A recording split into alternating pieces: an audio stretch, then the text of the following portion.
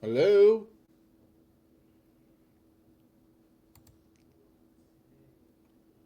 Don't hear you.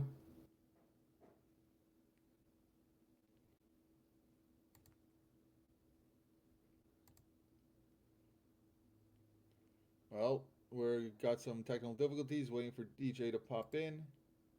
Oh, here we go. All right, try sending the co-host again, request again. Let's see if this shit works now. Because it kicked me the first try. Okay. And if not, I'll just go on as the show as a speaker. Fuck it. Yeah, it's not showing your name as a co host. Yeah, no, for some reason when I clicked the co-host thing, it kicked me. I'll see if it pops up. But we are live, and hold on. Let's get.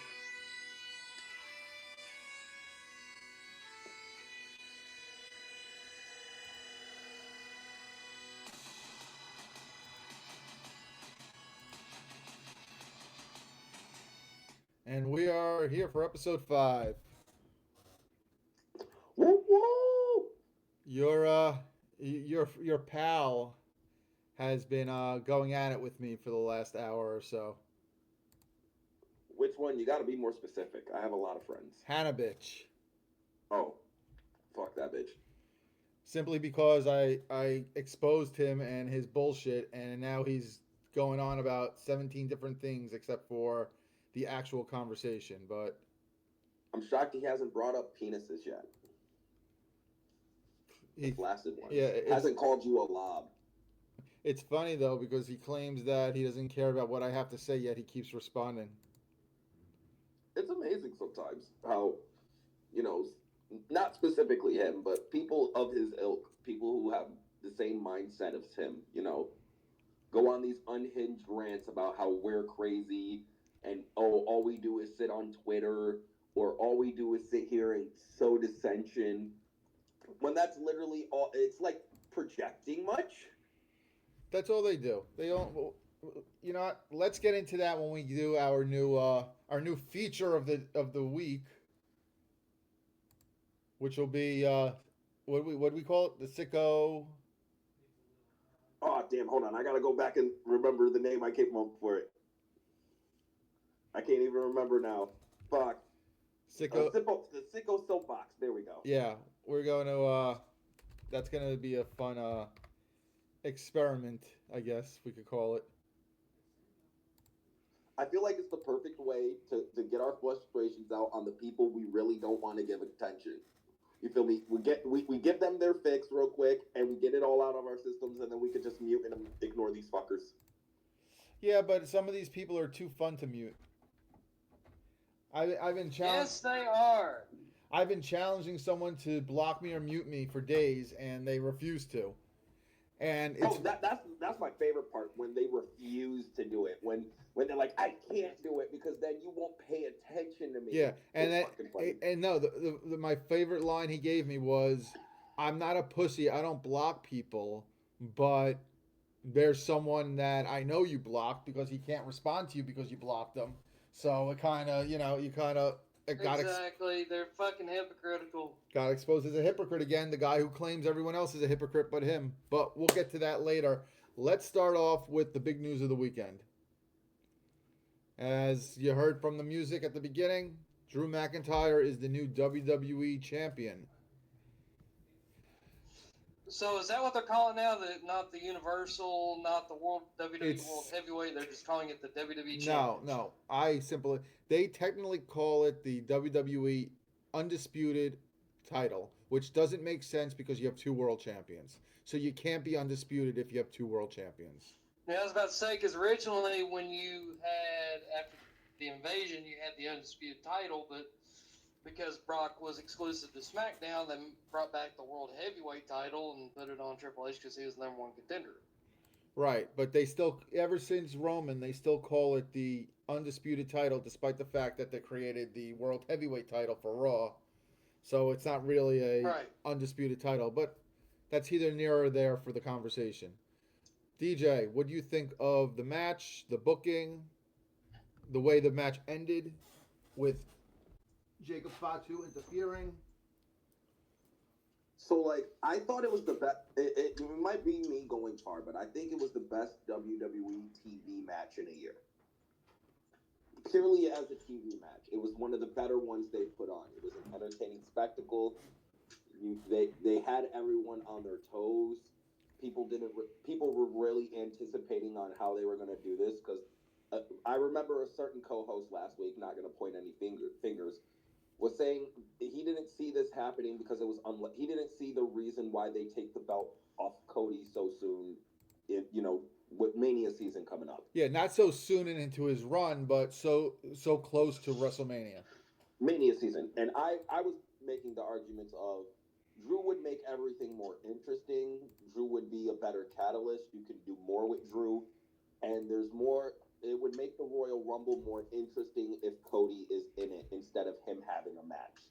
Yeah, And that, but what I don't but I think that they have torn down Drew's stock so much that it's not going to make it, so much more interesting with him as champion. But we're going to see, and I was wrong. There's no, people. but see, the thing I think you weren't seeing was him beating Cody kind of resets the slate with how high Cody is in the WWE echelon of things. He's QB1. He's definitely still the top guy, even though he doesn't have the top belt anymore. I think in terms of Cody losing to Drew, after Drew lost so many times to Cody, you know what I mean? It kind of built up Drew slightly more to where a lot of the damage that was done to Drew was reset now that he's the champion. So I think going forward, and you might have to mute your mic for a second, Vito, just because your background's a little loud. But in terms of what we could do next with Drew is a lot more interesting, especially now Drew can kind of help elevate Jacob more to the main event scene, kind of like how Braun is for that eventual Braun Breaker Jacob Fatu match that they're going to put on at Mania next year. But I think, like I said, I enjoyed the match. The finish wasn't really. I didn't really get mad at the finish because it gives Cody an out. He didn't lose clean. He can get a rematch whenever he wants, but Drew's going to make him do it the hard way. It may lead to things between Jacob and Cody instead of Cody and Roman.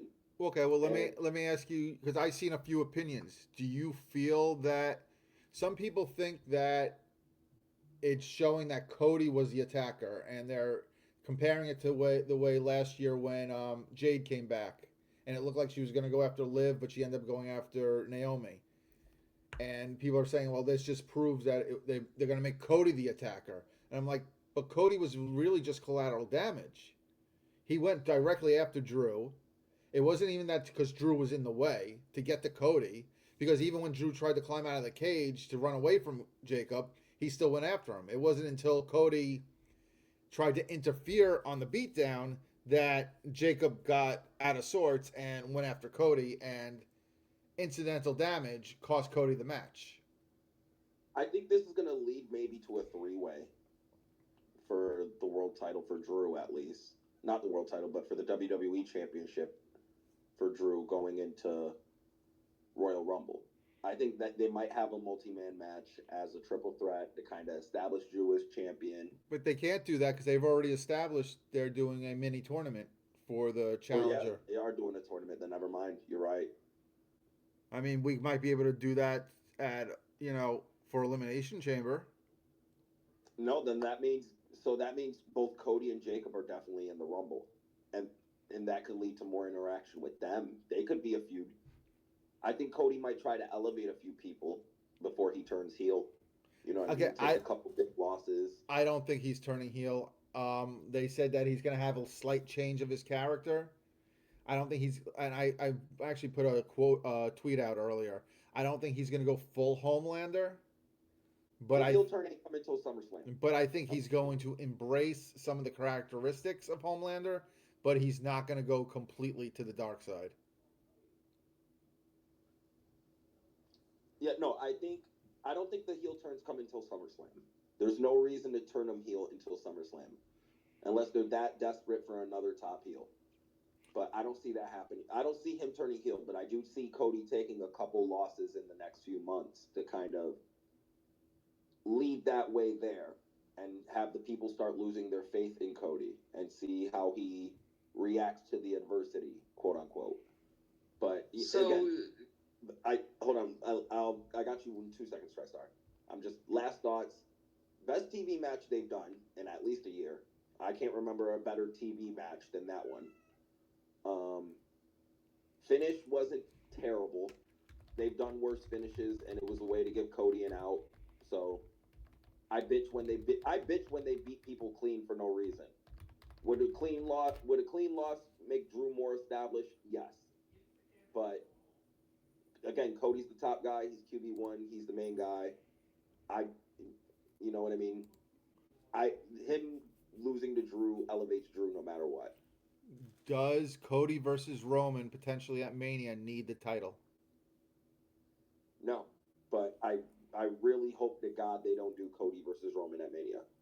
I think the best again Jacob versus Cody slightly better in my eyes. Cody versus Randy. If they pull the heel turn off for Mania, that's how Cody beats Randy. He turns heel, kicks him in the nuts, crossroads 1, 2, 3. But other than that, I don't. Doing Cody and Roman is too safe of a bet. I think it's too safe. So unless, like I said, we'll see by Rumble if they're. We'll know by Rumble if that's their planned match. Because I already know they're both going to be in the Rumble. The Rumble's definitely going to be way more interesting now that Cody's in it.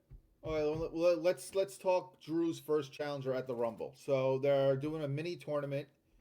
There's gonna be 4 matches on SmackDown next week. We got Randy versus Miz, Solo versus Priest, Matt Cardona versus Trick, and then Sammy versus Ilya.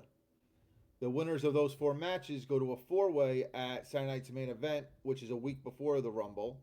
Look at that. They're making Saturday Night's main event mean something. And then the winner of the 4-way goes to face Drew.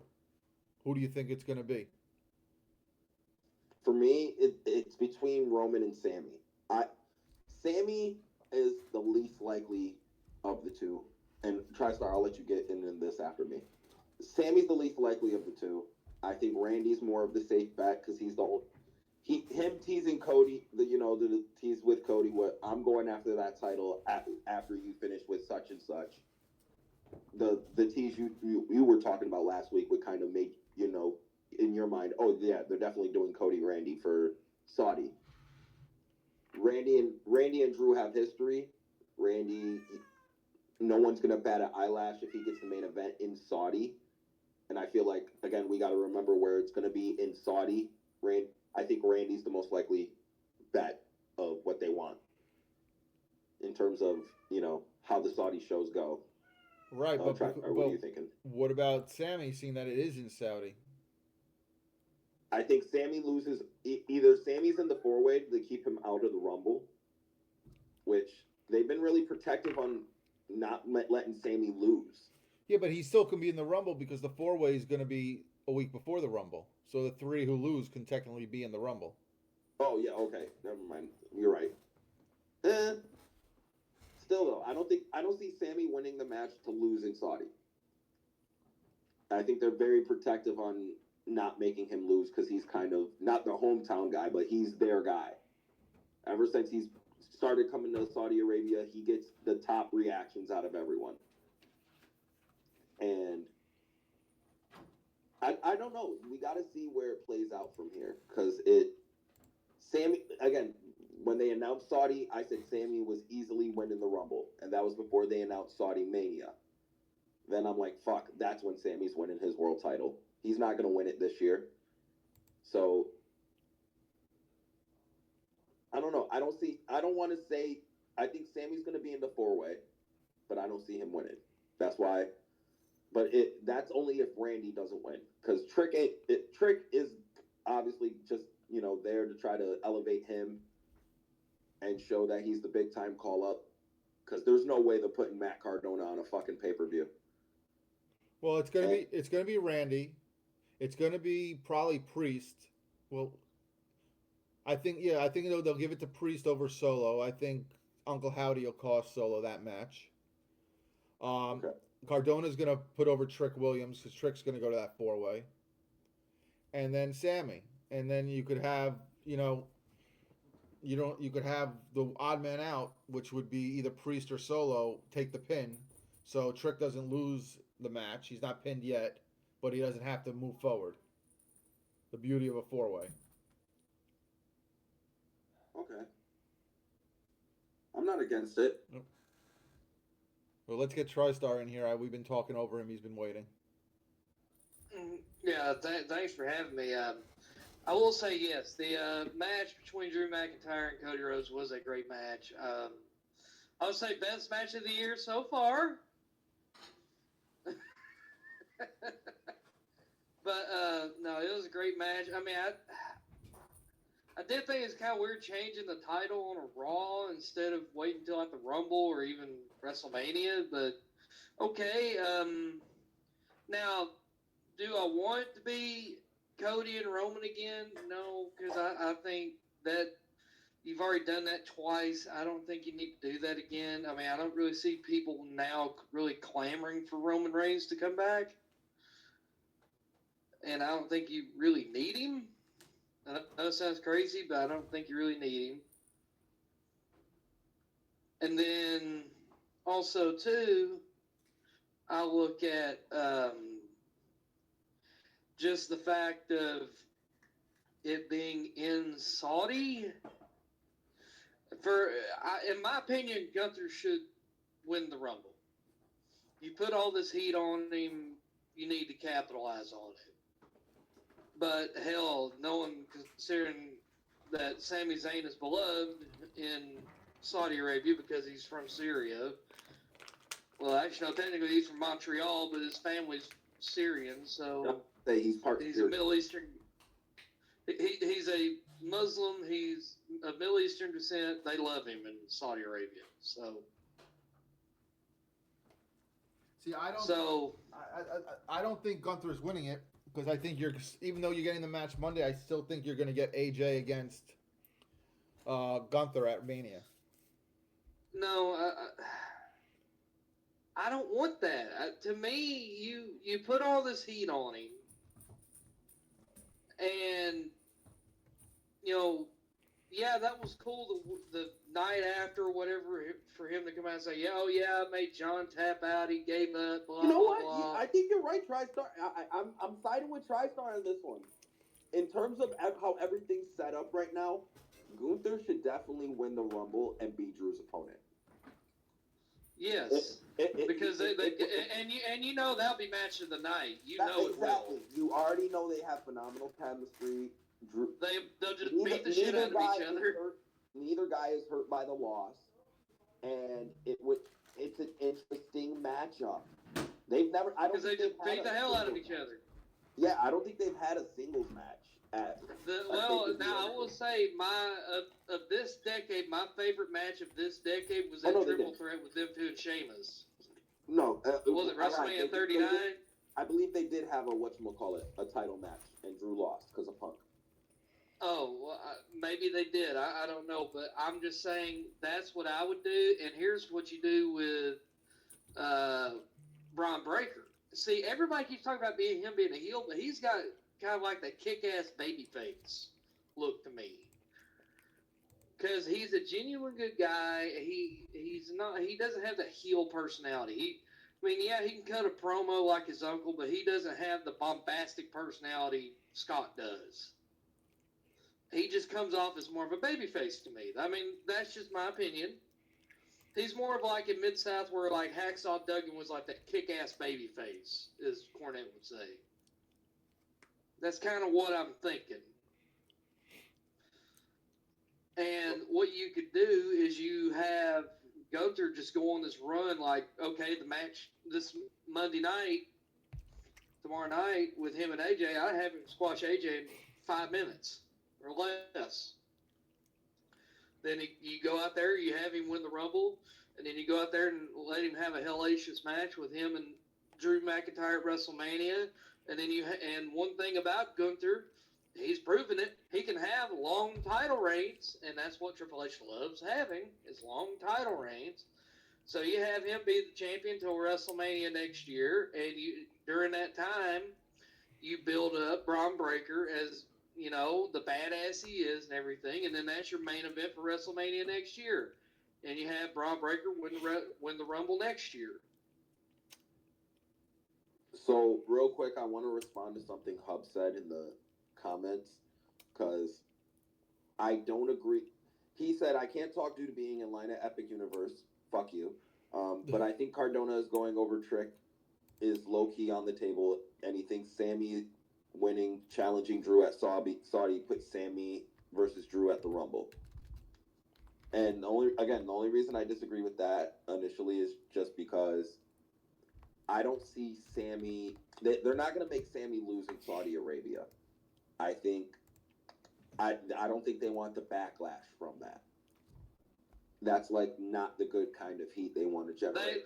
They don't want to riot. Yeah, so that's the only reason why I don't see Drew versus Sammy. I do see Sammy being in the 4-way, and I also see Sammy being in the Rumble. And losing in the Rumble isn't the same as being pinned or beaten 1, 2, 3. So that's why I don't see Sammy being the match. Randy is just a safe bet. But if you're not going to do Randy in Saudi, Sammy is a good backup plan. Because there's no way they're doing Damian Priest. And it's too early for Trek to have a world title shot. In Saudi Arabia, no less. We got to go with the safe bet here. It's going to be Randy and Drew. Because everybody knows who Randy is. He's a 20-year vet. They're 20 years behind in who they like as stars. So they're in their, they love 2009 Randy Orton right now. So he's going to give them that in the main event versus Drew. And, yeah. Wait, 2009 Randy And Orton? make sure Wait, is Randy getting a buzz cut? Go to Bluetooth.com. Promo code DJ, all capital spaces, 20% off your first order. To make sure you go over.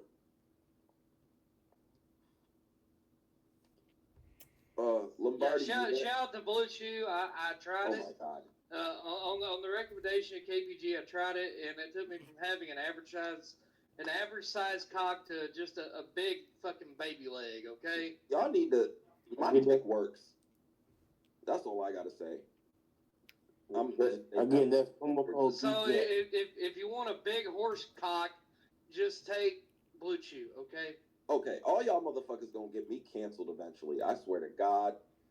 I would like to say that I have it under good authority, though, that the Jet is now being represented by the Beast Mortis. Yes. That is absolutely true because y'all have been stealing my trademarks, my sayings, my fucking all that shit. So I'm gonna have him trademark everything. You know what you can't trademark though? The Lord and Savior Jesus Christ. The word of Jesus Christ. Okay. That's right. It is Sunday, so the Lord and Savior Jesus Christ can never be trademarked, copyrighted. Nah, fuck you. I just told you gimmick. It's over. Don't worry, because I'm sending you and Brandon a cease and desist because y'all been stealing my shit. What a kickoff over here. Jeez. Y'all are about to get sued. Yes. We got Blue Chew, we got Horsecock, we got Jesus. What's going on in this space, man? Listen, Jesus. I heard Jesus was hung like the Louvre. Okay. He wasn't a virgin. His mother was. No. He definitely wasn't. Oh my God! On a Sunday, this man's saying some insanity. Unbelievable. I'm just kidding. I gotta ask DJ about this real quick. DJ, I gotta say this. I found a great website, and it has wrestling cards from any city. And what was great about it, I started going on Lloyd's Space, and I read a few of them, and people was like, "We don't give a shit." Hey, y'all have a good day, though. Brandon, tell your best friend Dak Carr what I said. Hello, okay. Listen. It's apparently on public record, according to fucking stupid sickos, which we'll get on our sicko soapbox in a bit. That Brandon got bitched. And apparently there's video evidence of this. Getting bitched is yelling in the guy's face while he's trying to intimidate you on camera is getting bitched. I gotta remember, I gotta apparently change the definition in the Webster dictionary of getting bitched. Yeah, and standing your ground and not backing down. Like, oh my God. What? In reality, like I don't understand damn. people's mindset of thinking that you were supposed to swing on Dax or something at a fucking wrestling show. Like, really? Are we really? People watch way too many TV shows and movies, and they think they know what being a tough guy is. It's just so funny. Do people not realize that most professional wrestlers have some kind of legitimate background in combat sports, or they're former football players, or basically they're athletes? And if you take a swing on them, they can probably defend themselves, you idiots. On top of the fact, I'm sorry, I'm not going to swing on a wrestler and spend the night in Philly jail. Yeah, that part too. It's like, Can we get some background on the lore here? I apologize for not being up to date on that. okay. Oh, okay. So Brandon was on Dynamite once, on Dynamite in Philadelphia. In September, and they're still talking about it. They talk about me being there more than they talk about anything that happens in AEW. And it was on camera. He was on camera on when Dax went up to him in the crowd and tried talking smack to him because he realized who Brandon was from Twitter interactions. So he walked straight up to Brandon, thinking, "Oh, I'm about to get one of these Twitter trolls in real life, and I'm about to scare him or intimidate him or something." And it went viral. And it was a whole thing. It was so much of a thing. Even Cornette talked about it. My goodness gracious. I had no idea. I apologize. Yeah, Cornette actually thought I was a plant. That was what he said. He's like, I thought this guy was a plant, but he wasn't backing down. But I don't think he was a plant. Can you come on? You can admit it right now. You can say you got $100,000 sent to you. You're actually filthy rich. Come on, you can say it. Yeah. You can admit it here. I think if I was a plant and I did get paid, that Dax would have at least pulled me over the railing, and there right. were, you know, he would have definitely swung at you, no question. I mean, I can't speak for Dax there and the kind of person that he is or anything like that, and the professional that he is, but I don't know. It seems like, maybe focuses should be spent on other places, and if it's sometimes I think it's funny where it's like, don't worry about what people on the internet think. It's not important and it's not real versus caring a lot about it. I don't know. I just find that sometimes there's always seems to be like that dichotomy in people. It's very funny to me. Nick, I did put it on the big board, the tweet from September that I made. Oh, there we go. With pictures and video. So, this way you can take a look at it. I'm going to take a look at it right now. My bad. I didn't mean to take it over based on your, talking about the lore of Brandon the Heel. There's always lore. That's literally why I changed my name, too. It was after that, but I digress. Well, hold on real quick, Nick, while you're there. How did you feel about the finish on SmackDown and the 3 Stages of Hell match? So first of all, Brandon, fucking standing your ground, brother. Fucking awesome. That was fantastic. That was great. Don't let anybody tell you that wasn't great. Yeah, and all they ever tell me is, I got bitched, I got embarrassed on national TV. What? No, I didn't. That's hilarious. Come on, people are watching 2 different things. Yeah, I mean, I'll be honest, I had other obligations going on, so I couldn't watch the show, but I saw the ending. Was a little kind of, at first when I was like kind of told at face value what happened, a little confused. I'm like, okay, sweet, Jacob's back, awesome, but like, okay, why did he help Drew? That was where my mind went at first. Then I saw it, and I'm like, oh, okay, he's beat the crap out of Drew. Then Cody's like, hey, no, that's not how we do things here. Then he started getting his shit rocked, and then Drew kind of, pulled himself out of there. I thought it was a good way to, have Drew go over, not have Cody necessarily lose up front. I think it was great because I think if it's one of those cases, and I'll say this also as my pick with Sami Zayn winning the Rumble, is the same mentality I have is if not now, then when? And if not now, then never. And I think right now you had to do that. I think giving it to Drew, you couldn't have Drew have another title feud where he loses and comes up empty again with nothing to show for it. So happy that Drew won that. I thought it was really cool that he got to go to Scotland at that live show with the title and have that moment. Drew's been an MVP for WWE for a long time now. He was there during the pandemic, not just there, was leading the charge during the pandemic, celebrating in front of nobody. So I'm happy for him. That's good stuff. And hopefully they can do something cool with it. I don't know exactly what it means for Cody. If Cody's gonna take a little break, if Cody's gonna try to jump right back into it and try to do a three-peat with the with the Rumble, I don't exactly know. But I thought it was good. Yeah, in terms of the plans with Cody, it makes it more interesting, especially if, in terms of what the Rumble looks like, you got Cody, you got Roman, you got Gunther, you got AJ, you got possibly Braun now, Bronson Reed, Logan Paul. Well, it's kind of like last year's Rumble where it was like, whoa, who's gonna win? You know what I mean? So I like it a lot. And it's still stupid stacked as well. Yeah, for sure. No, it's Brock, cool. I feel like Brock's gonna make a Rumble entrant now because he hasn't done anything since Cena. Like they got to start making his plans known soon. Right. And if Gunther's not winning the Rumble, they're definitely doing him and Brock as a backup plan for Mania. No, it's funny. I have me and like five of my friends. We did a game where just like we're doing bets and stuff like that, doing picks for the Rumble and whatnot. And it's funny how afterwards there were still like at least 3 people where you're like, huh, that person could conceivably win the Rumble. So I like it when there's not a clear definitive path that they're taking. With that said, I'm betting my house that Sami Zayn's winning this Rumble because I think that if you're going to have Sami Zayn ever win a Royal Rumble and ever get a main event match at WrestleMania for a world title, it's now or never. I don't see. You cannot convince me that there is a better opportunity down the road. I think Sami Zayn. I can right now. Oh, tell me, come on. There's Saudi Mania next year. Next year is Saudi Mania. You don't think Sami Zayn's big crowning moment, him winning the title for the first time, shouldn't be there? Well, I'm not saying he doesn't have to win a title there, but I'm saying winning a Rumble right now. This is the Rumble to win. That's I should say that. How about I'll amend my statement. This is the Rumble for Sami to win. Okay.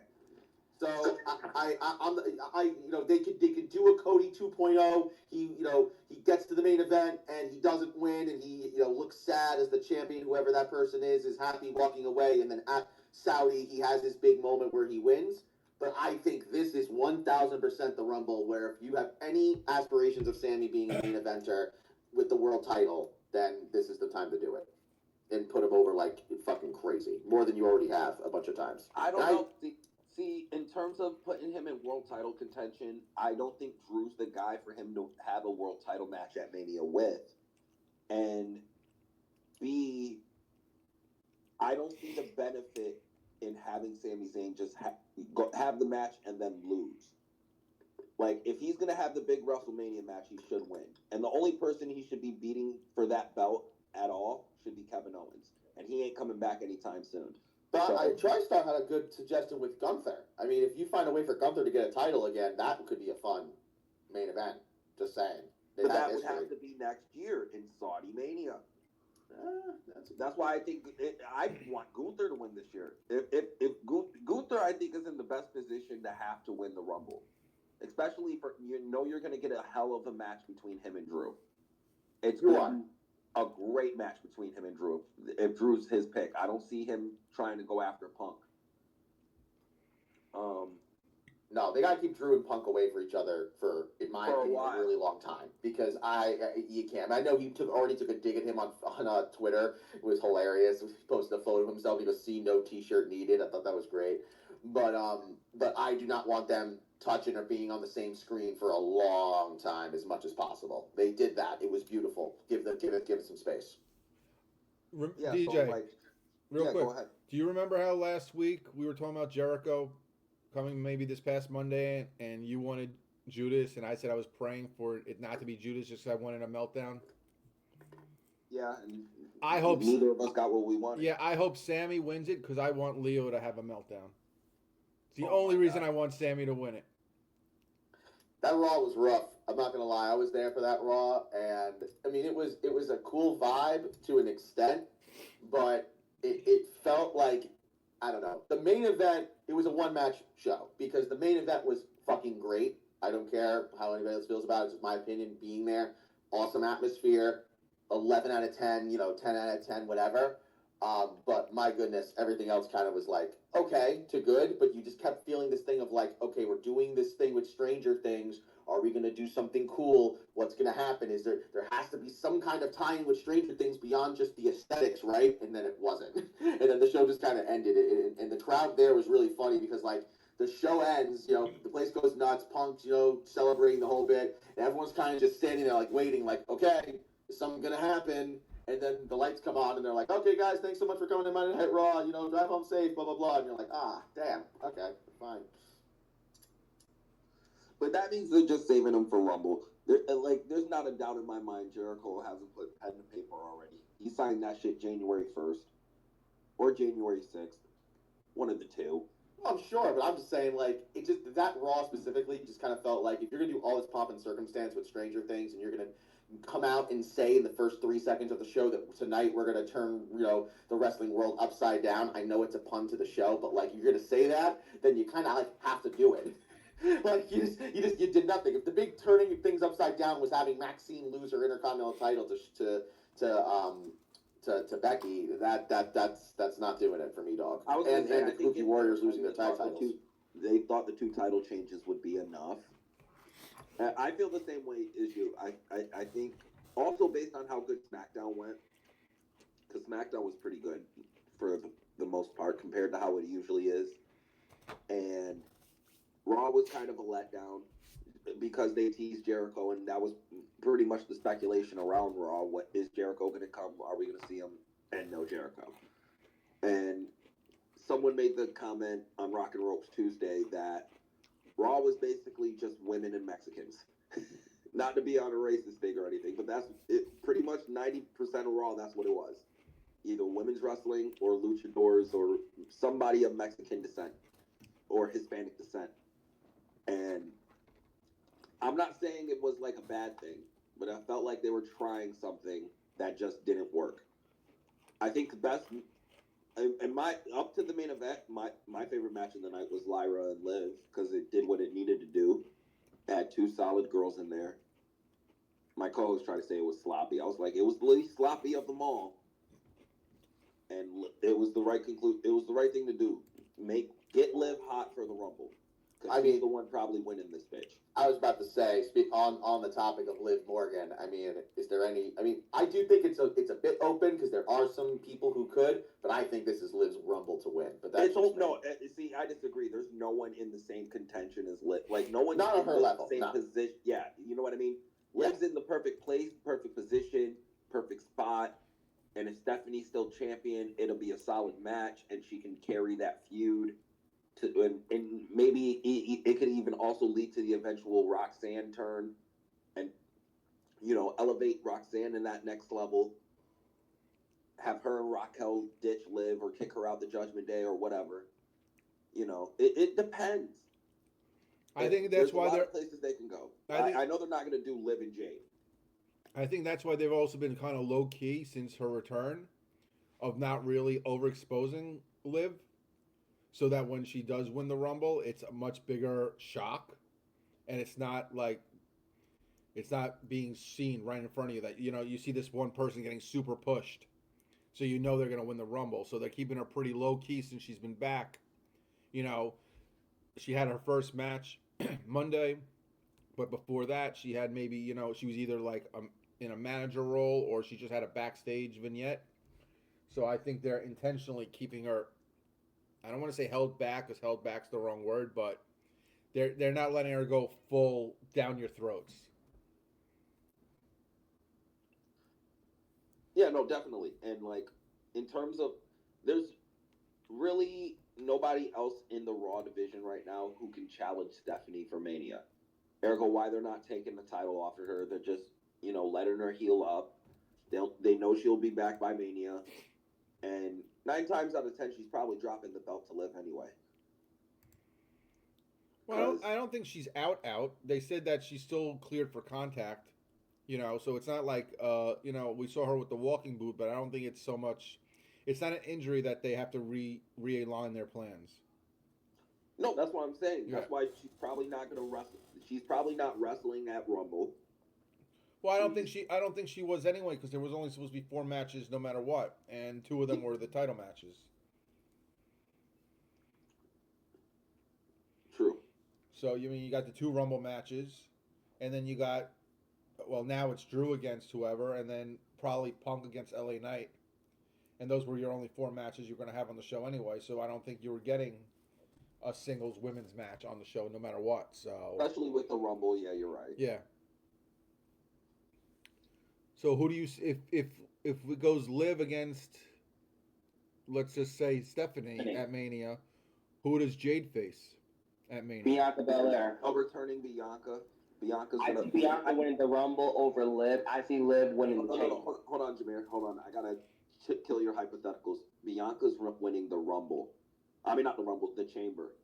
She's not winning the Rumble. She's winning the Chamber. I'm calling it right now. It would be poetic as fuck for her to win the Chamber year after Jade return, after she comes back and destroys Naomi, turns heel. She beat up her best friend. Both her best friends are basically heels now. So now she has to pick which heel she wants to be friends with. And I think she's going to choose the pregnant one. And at least it makes more sense with Bianca winning the Chamber in terms of the history, in terms of storylines, and in terms of what you can do for a big marquee match for Jade at Mania.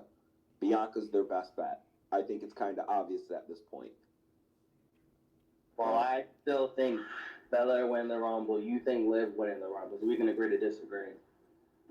It makes no sense for Bianca to win the Rumble. None whatsoever. It makes more sense for her to win the Chamber. Why can't Liv win the Chamber? Because it makes no sense for the story.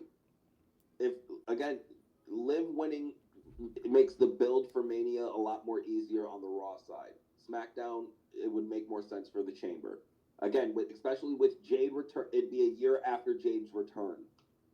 The story writes itself. That's the right way to do it. And we all know Bianca's healthy. You don't sit out for a fucking year almost with a broken finger. Oh, no doubt. Unless that broken finger went inside her and grew into a womb or something. But Bianca, like, no one's been talking about Bianca at all. It's been too quiet, which tells me she's coming back soon, and she's going to get a major push when she comes back. I also think her being a part of that hostage video, the hype up press conference for WrestleMania in Saudi also is an indication that she's going to be coming back at some point, relatively soon. I mean, they wouldn't put her out there if they didn't envision her in plans, at some point in the relatively near future. But I get where you're coming from in terms of you wanting Bianca to win, but it makes more sense for her to win the Chamber. Have her come back at the Rumble as a surprise entrance, lose at some point with Jade can interfere and just, take her out the Rumble. You know what I mean? They've done shit like that before. They've taken people out the Rumble via attacks or something, or outside interference. So it could be a thing. And then Bianca could just come back and come into the Chamber. I don't know. I don't know how they're going to return her, but I see the plans for Jade being Bianca, because who the fuck else on the SmackDown side is going to challenge? Julia doesn't even have challengers yet. Like, let's focus on getting her some challengers while Jade and Bianca's pretty much already made. I mean, at least they upgraded the kind of opponent that Julia was getting. She went from, Alba Fire to Alexa Bliss. That's an upgrade.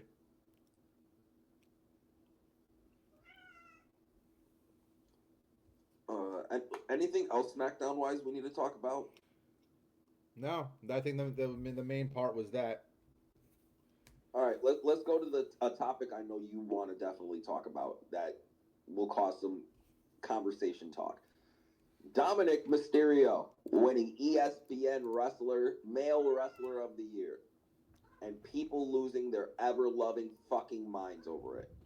I'm gonna be the one lone motherfucker here to plead Dominic's case, because I didn't have a problem with this in terms of work rate, in terms of positioning, in terms of where he means into the broader spectrum of wrestling, not just a specific company, but we're talking global reach.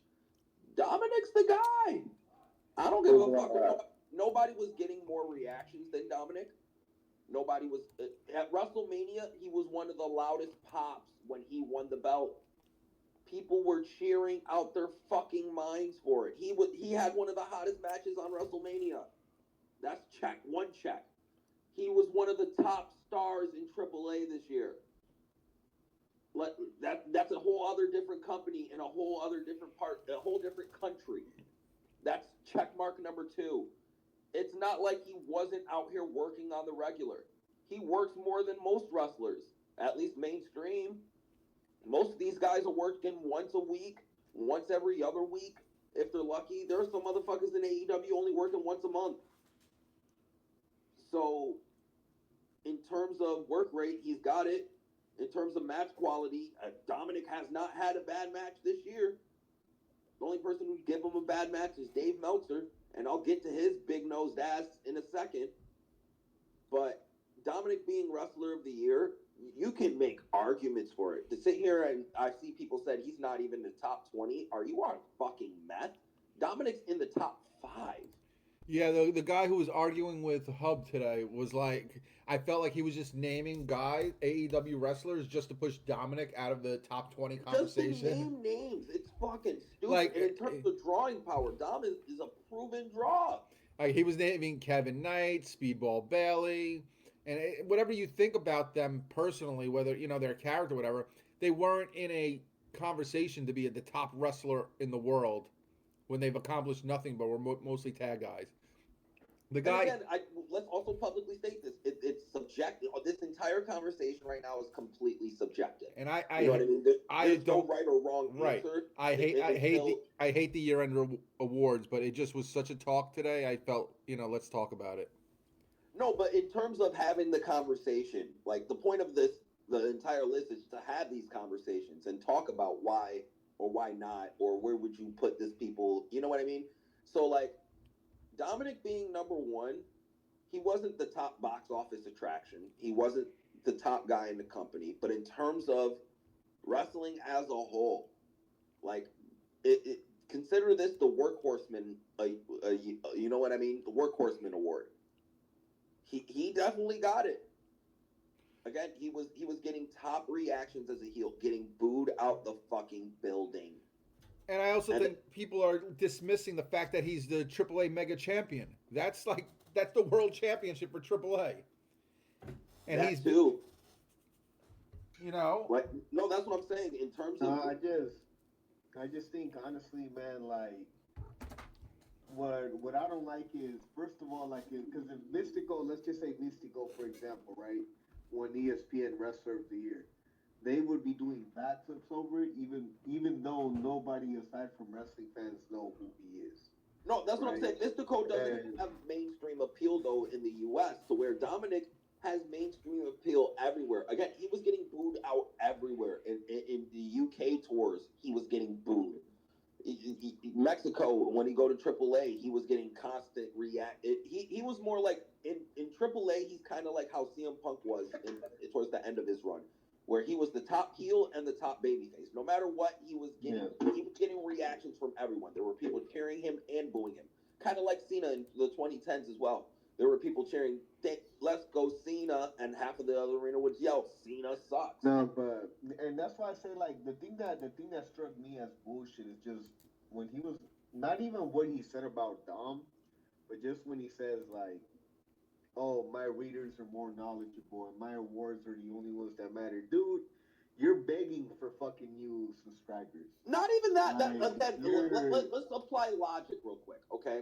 Let's apply logic. Let's take poll. Let's put this in fucking Dave Meltzer's fucking mindset. I'm gonna translate this to DJ in the terms y'all motherfuckers understand. Let's take a poll. Who do y'all like more, DJ or the Russell Collective?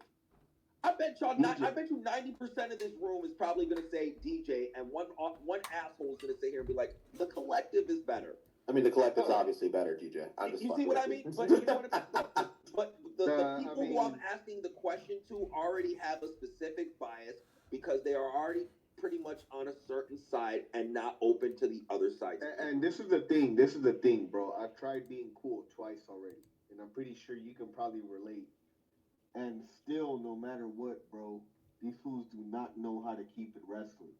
and they No, still but make hold on. Let me keep it to the point real quick because I don't want to go too far on the signal tangent real quick. Like what I'm saying though is by Dave saying what he said, like it's obviously stupid and redundant because they're obviously gonna vote for what you've been telling them to vote for all fucking year. If you're out here giving Okada 5-star matches all the fucking time, your reader base, your subscription base, the people who listen to you all the fucking time are gonna think Okada is a phenomenal wrestler based on what you're telling them and what you're putting out there. So to sit here and put out the statement that, oh, my awards only matter because they're voted based on votes on my readers, and they're just gonna reinforce what the fuck I'm already thinking in the first place, is a stupid fucking point to make, and not only shows how ignorant you are, it shows how biased you are, and it shows that your awards really don't mean fuck all of shit. But that's just my side tangent. Sorry. No, I think you're speaking some truth here. I did not hear what he said at all, but I mean, if from what you guys are just regurgitating here, I think it. No. So Dave went on his podcast because they were talking about the conversation we were having now. Dominic being ESPN Male Wrestler of the Year. Dave obviously disagrees with it because that's not what Dave puts out there in the narrative. Right. You know, in Dave's mind, the best wrestlers in the world are the Mysticos, the Ospreys, the Omegas. Understood. You know what I mean? Those opinions that he pushes all to his viewership and his readership all fucking time. For sure. So if he's sitting there asking them to vote on, you know, Wrestler of the Year, Promotion of the Year, Booker of the Year, but he's only sitting here saying Tony Khan does everything right. Triple H and WWE are good sometimes. Who do you think his voter base are going to most likely vote Booker of the Year in a non-biased perspective? Or in a biased perspective, obviously, because he's putting out the narrative to these people. It's not like he's sending everyone, or you know, he's not putting Twitter polls on who do you think should win these awards. He's asking people who are subscribed to his newsletter and listens and hangs on every word he says. 100%. No, there's no question. I mean, I think that he's developed a culture of we are the antagonist to the Fed.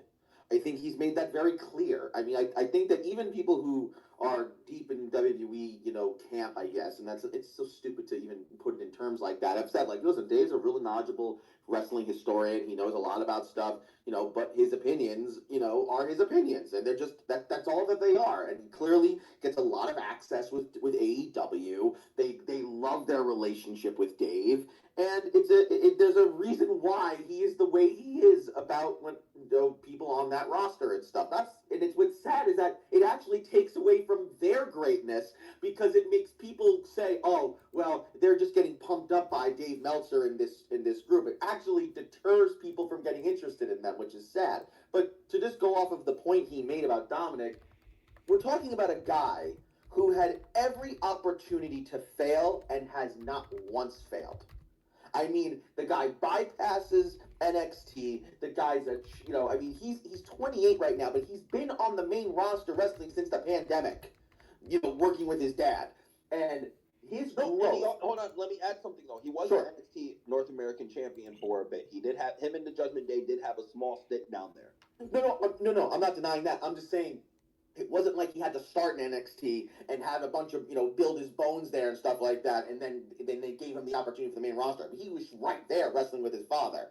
But my point is that every single step, his growth is insane. The way that they have hitched the wagon to him for their AAA content strategy is crazy how well that's gone over. His ability to make the Judgment Day quasi-interesting when there is nothing interesting about that group right now is awesome. His Intercontinental title reign. He is the last person to beat John Cena for a championship in a stadium show in his hometown. How can anybody say that he's not in the conversation?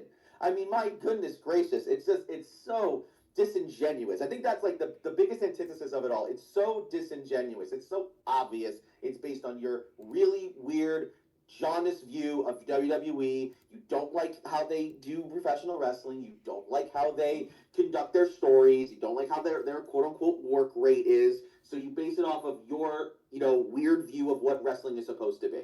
It just shows that you're just not being serious. You're not a serious person to have this conversation with. No, and Nick, kind of piggyback a little bit off what you're saying and add a bit more context to this. Let's kind of add a little bit more context. Cody Rhodes in 2025 had a down year. Can we honestly all say that? Is there anyone who disagrees with me in saying that point? Can you just define what a down year means? Do you mean just like in the terms of like in the terms of the being, WWE universe or him as a wrestler? I'm just talking about in terms of being interesting, in terms of being. He wasn't here before. Sure, I can absolutely agree to that. Sure, I don't think that means he took a nosedive, but he's definitely No. not But as I'm good as he saying was last year. he got Yeah. less. He got less over, and he wasn't doing anything of Sure. interest in the year of 2025. 100%, I agree with you on that. Yes. You know what I mean?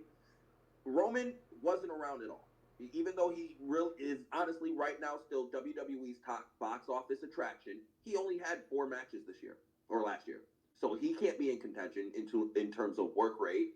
In box office attraction, he pretty much got it, but he's nowhere near the work rate. Let's go to AEW in terms of top guys. Ospreay had to take the second half of the year off because he was hurt. Swerve had to take the second half of the year off because he was hurt. Omega took the first half of the year off because he was hurt. MJF took the year off because he was doing movies and was hurt. He only wrestled a solid 4 months this year. MJF. I'm trying to think of other top AEW. And then there's Moxley, who is, for lack of a better word, pretty much killed their ratings as champion. He has the work rate thing. He's there all the time. His matches do suck, though. There's no one who can talk me into saying John Moxley has good matches. There's no fucking way. And again, I go back to he killed ratings and interest. Attendance went down. Ratings went down. Interest was down. So Moxley is not in no Wrestler of the Year contention. I'm sorry, in reality. So when we're talking about the big companies and, the big star names right now, Dominic Mysterio checks every box in terms of reaction, in terms of box office appeal, in terms of global appeal. He improves ratings and attendance when he's around. You'd think he's his father in Mexico, the ovation he gets. You'd think he was his grandfather. You'd think he was Eddie. I mean, you'd think he was like this insane superstar there because that's how they treat him and that's how they receive him. And guess, if it walks like a duck and it quacks like a duck, that means it's a duck. Listen, as of right now, I'm making the argument he deserves the award. And if we're seriously, stacking all the chips together, the only person I could put in the same contention as him is maybe Gunther. You gotta on the AEW side, whether you like him or not, you have to consider Hangman Page. Or sure.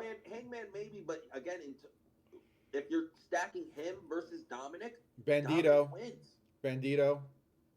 No, hell no. Bandito would have to be on a wrestling show that actually exists. But here's our problem, right? There is no agreed upon set of benchmarks to determine this kind of stuff, right? I mean, we all agree that there are things that happen that we can say like, oh, listen, that was a huge moment, and this person had that huge moment, and others didn't. But it's hard because it's so subjective. We always end up kind of coming back to this circular point that it's subjective, but it just makes it a little. I'm just trying to state my subjectivity with as much objectivity as possible, if that makes sense. You know what I mean? At least apply logic to what I'm saying and not just say something because I'm feeling that kind of way. You know what I mean? Like that's where I feel like the subjective opinion conversation kind of goes awry. When you're making decisions based on just your feelings and you throw logic out the fucking window. You know what I'm saying?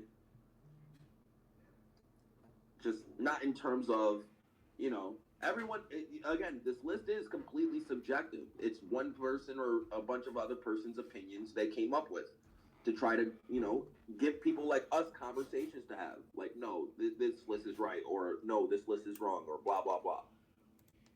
Like I said, I don't think, I'm kind of in the same mindset as Brandon. The Anders Awards really don't mean shit unless we have like one giant body really, seriously taking everything under consideration, but we don't.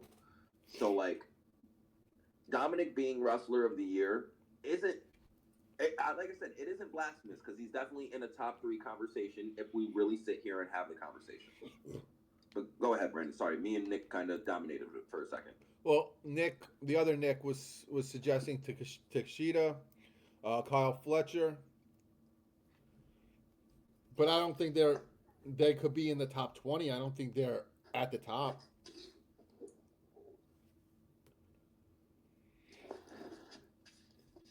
In terms of those three, none of those guys are more. So Fletcher, he's an up and coming star to where Dominic's already there. Takeshita, hell no. AEW would have to treat Takeshita seriously and not like the butt of the joke. I'm trying to see who else he said. Bandito. Oh, definitely hell no on the Bandito. Cheap plug by Hub. Hold on, I got to do this because I just saw this. This Thursday, 7:30 p.m. EST. They are live with the All Average Wrestling show for the first time, leading into the Impact debut. So check that out.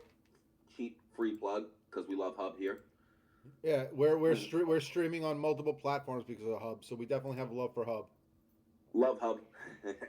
But Don't have to change his name. Yeah, but well, his name is my name. That's why it's easier that way. But real quick, so are there any hands up? Because I got Yeah. a lot of co-hosts. Yeah, so let's go.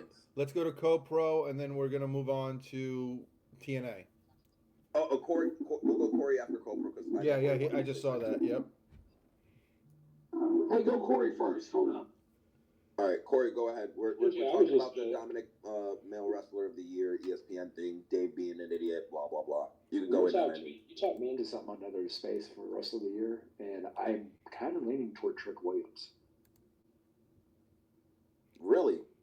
Yeah, I mean, you look at what he was doing for TNA, and they got that TV deal and everything like that. I thought Trick had a really good year. Yeah, but I wouldn't put him above other people for being big in TNA and NXT. You know, he was a big fish in a couple of small ponds, but I mean, if we're putting Bandito in there, I think you got to put Trick. No, hold on. Corey might be onto something though, Brandon, because he's not in terms of the criteria that I just laid out in front of us. Trick does check all those boxes. He not only he did work in one promotion, he helped do work into another promotion to get them a multi-million-dollar TV deal. If that isn't proof of being a draw and box office attraction, I don't know what is. And in terms of work rate, again, he was working two shows, not one. He was doing Impacts and NXT tapings. So in terms of work rate, he's got it. And he's on Smack, and he just got called up. Well, we can't count that. Yeah, I was gonna say we really can't count that, but I was just adding that as a caveat. And didn't he held the NXT title at the beginning of the year? I believe so. Yeah. Before Oba got it the first time.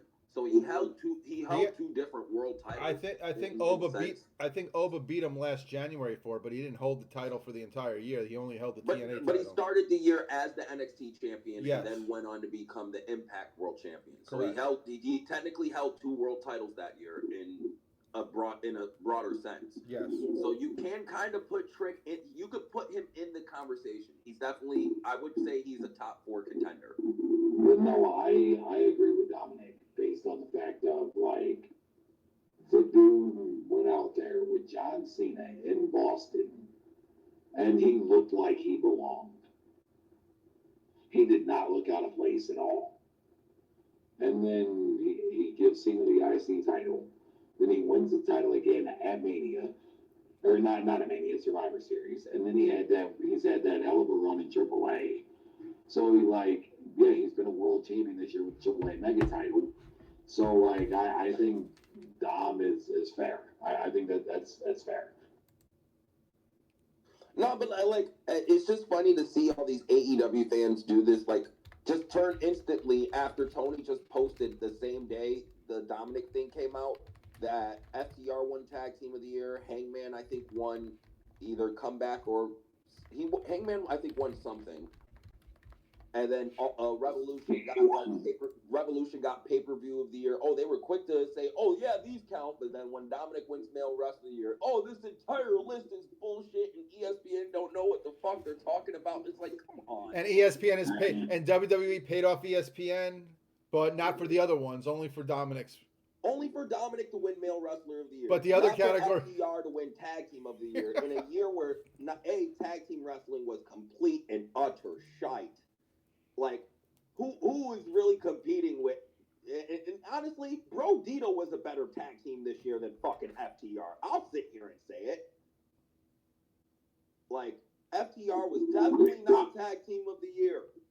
The old ass Hardys were better than fucking. The Hardys were a better tag team than fucking FTR this year. And again, I love FTR, but FTR killed a lot of their goodwill, and they were in a lot of bad matches. Fucking Hank and Tank were better than FTR. Well, let's okay. Even I won't go that far. Even I won't shit on FTR that bad to say that Hank and Tank were better. I'll definitely say the Hardys had a better year than FTR. Yeah, they held the tag titles the entire time. They were NXT tag champions, and they're the fucking Hardys. Well, I mean, they did lose the TNA tag titles once, and they got them back. They lost them to the Nimitz. Yeah. They were like a central piece of programming for them, and they did the crossover with NXT, and it went really well and stuff. I would absolutely agree with you that they had, objectively speaking, had a better year. So it's like, you know what I mean? In terms of the list, like, we can argue the validity of it. You know, which ones are real, which ones are bullshit. Again, we go back to the argument. Everything is this is just subjective conjecture to get us to talk about a subject, but we can try to apply as much objectivity to this to where you can logically argue Dominic. Yes, he's male wrestler of the year, based on everything that we laid out. And that Trick is a viable contender as well. Or Mystico kind of could be wrestler of the year if people in the United States knew who the fuck he was. Hangman Page won Worst Father of the Year. And Hangman had a good year in AEW, but in a year where AEW was kind of rebuilding and trying to recoup off of the worst year ever, you can't give him wrestler of the year just because you pity him. Like, he has to actually earn that. You know what I mean? The AEW ship has not been turned around whatsoever. They just somewhat stopped the sinking ship a bit. But go ahead. Was him neglecting his baby last year or the year before? It was the year before. Okay. The Swerve putting the blanket on the baby. Yeah, that was 2024. And nobody else was in the house but the baby. Yeah. No, his wife was there. Swerve just broke in. That was just a stupid angle. Anyway. But anyone else want to talk about the Dominic being male wrestler of the year subject? I can't see hands because co-host shits. Twitter sucks. Hey. Let's not forget about the greatest moment of the year, that AEW steel cage match where the babyfaces couldn't climb the cage. Anyone else got anything about Dominic? Because otherwise we're going to move to our next topic. All right, this Thursday is the debut of TNA on AMC. I want to get predictions of what we think the first ratings will be for the show. I'll go first. I still think they slightly perform over the network average for the debut. I can see them getting four. I'm going to be nice and say 4 now, because I think AJ can get them 100,000 people. I've been saying for about the debut is going to be about 400K as well. I was thinking of 300, 250 at first, because I was thinking of just the TNA names and their drawing power. Like Nick Nemeth, the Hardys, they can get a few 100,000 people in the door. AJ's a different story because you have the WWE appeal now. It's not like he's not on television no more. He's on television on their, regularly, and a lot of the older TNA fans will definitely go out their way to watch this. Let's see if the younger, newer fans will give the chance now. The newer WWE fan. But now I can see about 400K with AJ being there. Before AJ, I thought 300, but I think AJ just boosted that up a shit ton. Especially now that they're doing a very good job of promoting it. I'm curious if WWE is going to promote it on Monday. I'm wondering if they're going to bring up the fact that AJ is going to be there on Thursday, on Monday, and see if they give it some sort of push. The only reason I can see them not doing it, because I don't think they want it to be that obvious that they're using TNA as a proxy war against AEW. That the reason they want TNA to succeed is because they want to put Tony out of business. You know what I mean? But you've still presented TNA on the main roster. So and you've brought up TNA numerous times on the main roster, whether you're talking about someone who used to be a champion or anything of that sort. So I don't see any reason why they wouldn't promote so a partner of theirs. That's like saying they wouldn't push a AAA show, even though I know it's not a partner, they own it, but They motherfucker. It is slightly different. they've pushed TNA before. They've done it on NXT. So, and then maybe they'll do it just on NXT then. Yeah, I can see them doing it Tuesday, but Monday, I don't know. Again, the TNA NXT thing is more of a broadly known thing, and it's already know they're in bed together. But in terms of, WWE doing it on the main roster, it would be kind of obvious that it's a WWE push. You know what I mean? It would just be too obvious that WWE wants TNA to succeed for AEW to fail. I actually want to give AJ credit. He's flying all across the world to be at TNA on Thursday. Because he's in freaking where are they on Monday? They're in Germany, right? They're in Germany. He's flying from Germany back to the U.S. so he could be on TNA and then probably have to fly right back on Friday for the following week. That's props. Give props to AJ for that.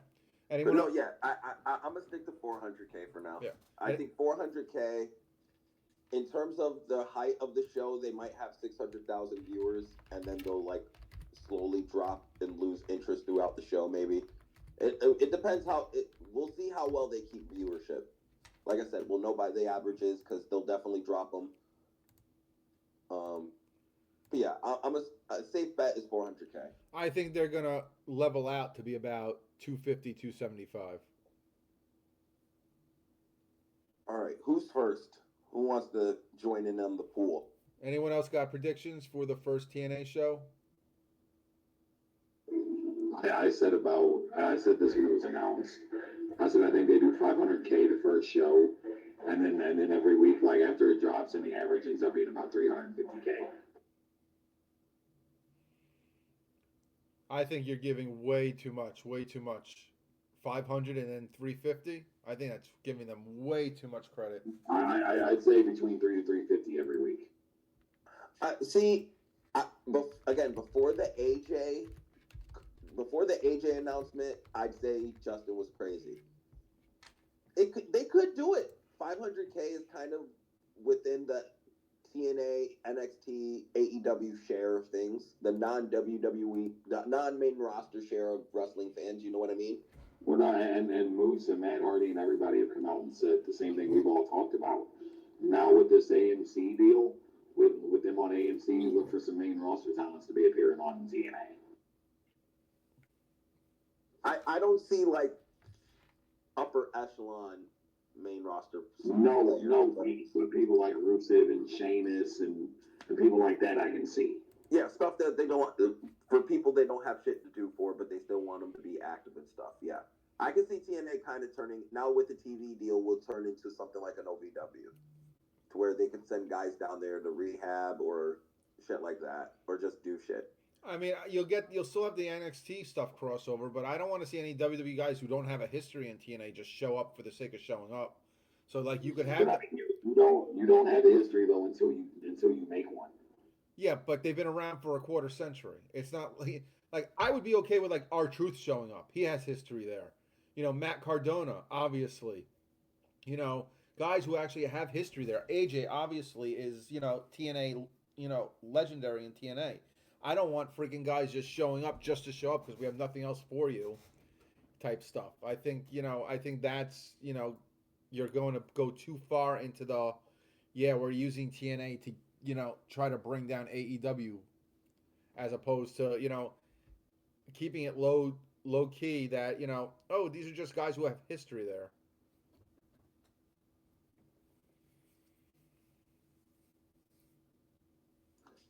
Yeah, like I said, the first month of AMC is going to be really telling. It's going to be really interesting to see in terms of how they do, how they level out, and how hard WWE pushes the TNA envelope now.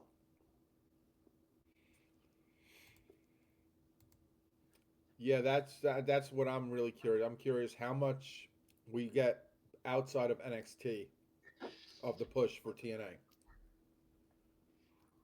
Because obviously, you're still going to get that continuous crossover with NXT because that's what the deal is. So,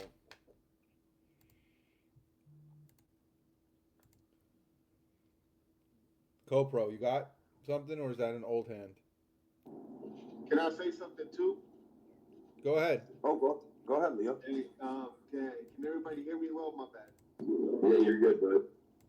All right, because I think, like, I honestly do think the only thing we really got to see is you're going to see and attendance things and everything. And I don't know if you guys saw, like, I'm not going to mention them by name, but DJ, I'm sure you know who I'm talking about, right? Oh, you could already mention him. It's fine. We already talked about him in the beginning of the show. All right. So anyway, he made a post about how, because I was being sarcastic with him clearly, right? Because he was like, "What makes TNA the number 2 promotion? What have they done with tickets and attendance?" So me being the troll I am, I'm like, "Oh, you sound like a Fed fan, right?" And so anyway, this guy, like, he starts like bringing up all this weird shit, trying to make himself sound smart. And then his other fucking friend, fat bastard NWA, whoever that weirdo is, like, he ends up posting screenshots saying, "Oh, look, this is a Fed fan that's always brought up tickets and attendance." I'm like, dude, can you guys not fucking tell sarcasm? You know? Like, can you guys not fucking see I'm fucking with you? And like, they're just all of a sudden bringing up the arguments that they've been bringing up for years, that they've completely said that it's not a good argument. That aren't relevant. Trust me, I know. Like, and so it's like, dude, like, you guys are fucking stupid, bro. Like, they couldn't see that I was fucking with them, and I'm not gonna lie, I could see why that fool's a little slow, because of that. Like, so I don't give a fuck about him now anyway. But all I'm saying is, like, bro, these motherfuckers are slow as fuck if they couldn't tell that I was fucking with them over that, you know? Like, but Yeah, no, now no, they're bringing up the arguments of tickets, viewership, and everything. Like, what makes them number 2? They don't even have, like, bro, you guys were dismissing all these arguments, you know? No, they're definitely not number 2. Again, we have to see how the first month of ANC goes. I don't think they become a real conversation for a number 2 until they're sold, which again will happen this year. No doubt in my mind, TNA is getting bought this year. The same way everybody was hearing 6 months before WWE got bought that Vince was looking to sell. Yeah, Lorenzo Fertitta's buying TNA. Like they're gonna buy that shit. Once they're bought, it's a whole different ball game. Because if someone's putting more money into this and being able to put more money into the wrestlers' pockets, it's a whole different story. Tony Khan won't be the only other game in town anymore. You know what I mean? And I think that and people don't understand that was Tony Khan's appeal. That he was gonna pay. He can pay guys whatever. He changes the pay scale for wrestling. And if TNA's in the game and can compete with a Tony Khan, or for a lesser extent, at least NXT, because there's not a lot of people in the wrestling scene who can go straight from another company straight to the main roster nowadays. Like, you have to go through NXT unless you're like top of the line name, like a Will Ospreay or an Omega or something. So I just think that, to be honest, for example, Will Ospreay, because I'm not going to talk bad about Will Ospreay. I will say I think he's a great wrestler, and I really don't have any problem with him at all. But, like, for example, that was your biggest baby face in the company. That was the guy that you could build the company around. And you have this guy doing unnecessary shit, and like doing just a bunch of stupid shit, bro. And he could have been the one to, keep momentum for your company going. But it's kind of like if a football team were to keep a guy playing on concussion protocol, you know? Like, what's the point of it? Is it gonna win you the ring? Is it gonna win you the Super Bowl? And with Will Ospreay, I feel like he had that type of momentum going, And then now, like when he comes back, they're probably gonna put him in some meaningless shit first, just like they do Omega. You know, because Omega hasn't done nothing meaningful in the last year. Let's keep it real. You know, so it's like I don't know, bro. I don't see how fools have hope in the company to keep it real. Now I'm not even trying to even sound like a hater or quote unquote bad faith. I'm just keeping it real, G. That's all. I mean, I have faith in it just because I know what it could be. It had, you know what I mean? I was around when AEW was at its best, and like when it was at its best, it was good. It's not what it used to be, and a lot of I think a few AEW fans are starting to come around in the to realize that AEW isn't what it used to be. It can be better. It can be better than definitely the 2024. 2025 was somewhat a recovery year. They've had their hits, they had their misses, but AEW, I've never not seen the potential in AEW, in not only being a viable competitor to WWE, but a viable alternative. I think this year is an important year in terms of figuring out we really shouldn't be having this conversation of AEW figuring out its identity because it's a almost 7 year old company. So I think AEW really does need to find their own identity this year, though. They need to find what's their future looking like. Who's going to be their guys of the future? Like I just think the honeymoon period is over. Oh, it's been over. It's been over. But like, they need to start figuring out who are their future stars. Who are they going to build around for the future? Because it can't be the elite no more. I mean, look, you know what I mean. So like, they need to find guys who can be like Jungle Boy should be a top guy now. Sammy Guevara should be one of their top heels by now. Will Hobbs should be in the main event, not getting his dick stapled and treated like a fucking joke every chance they fucking get because Tony has a scare of big men because it gives him flashbacks of his high school fucking bullies. Hey, DJ, can I add something to what you said there? Go ahead. I think AEW, I think they'll be fine in 2026, but I think they've evolved past the Young Bucks. They evolved past the core of guys that they brought in 6 years ago. But let me ask somebody everything because Corey's on this channel. We have to be serious, right? Where is the next Stone Cold Steve Austin and Jay going to? I think that's going to be the bidding war. It'll be a huge bidding war. Why don't you get your best friend Dr. C in here to answer the question? Gotta catch them all. I don't think he would. There's nothing, DJ, about the whole TNA thing. Like, we know, like, we have a mutual friend in marketing. Everybody knows the friend in marketing. And they know someone at Anthem who basically said that once the TV deal was finalized, then the sale is going to, start coming in. And the talks and the sale is going to happen. Lorenzo Fertitta is going to buy TNA. If TNA, the only issue with TNA being a serious dog in this fight right now, it isn't money, it isn't interest, it's star power. They need star power. They need a guy. Tessa, I think, if built the right way on television, could be the right girl to still build a division around and be your top heel. She gets genuine heat, which is fucking rare in the wrestling business, so you should be going with it and having people boo this bitch out the building. Have the whole building scream she's a racist on television. It don't matter. That's heat. It's gonna work. It's gonna get people to talk about and have interest and want to watch her lose and get her ass kicked the way heels were supposed to be. So like, you have Tessa, you have women, you do have women in that division you can build around. In terms of male upper echelon stars, that has kind of yet remained to be seen with Joe Hendry going out the door. And all your former top guys are former WWE names. Well, no, but that's why I said you need to bring in an established name that the people know to build the young talent.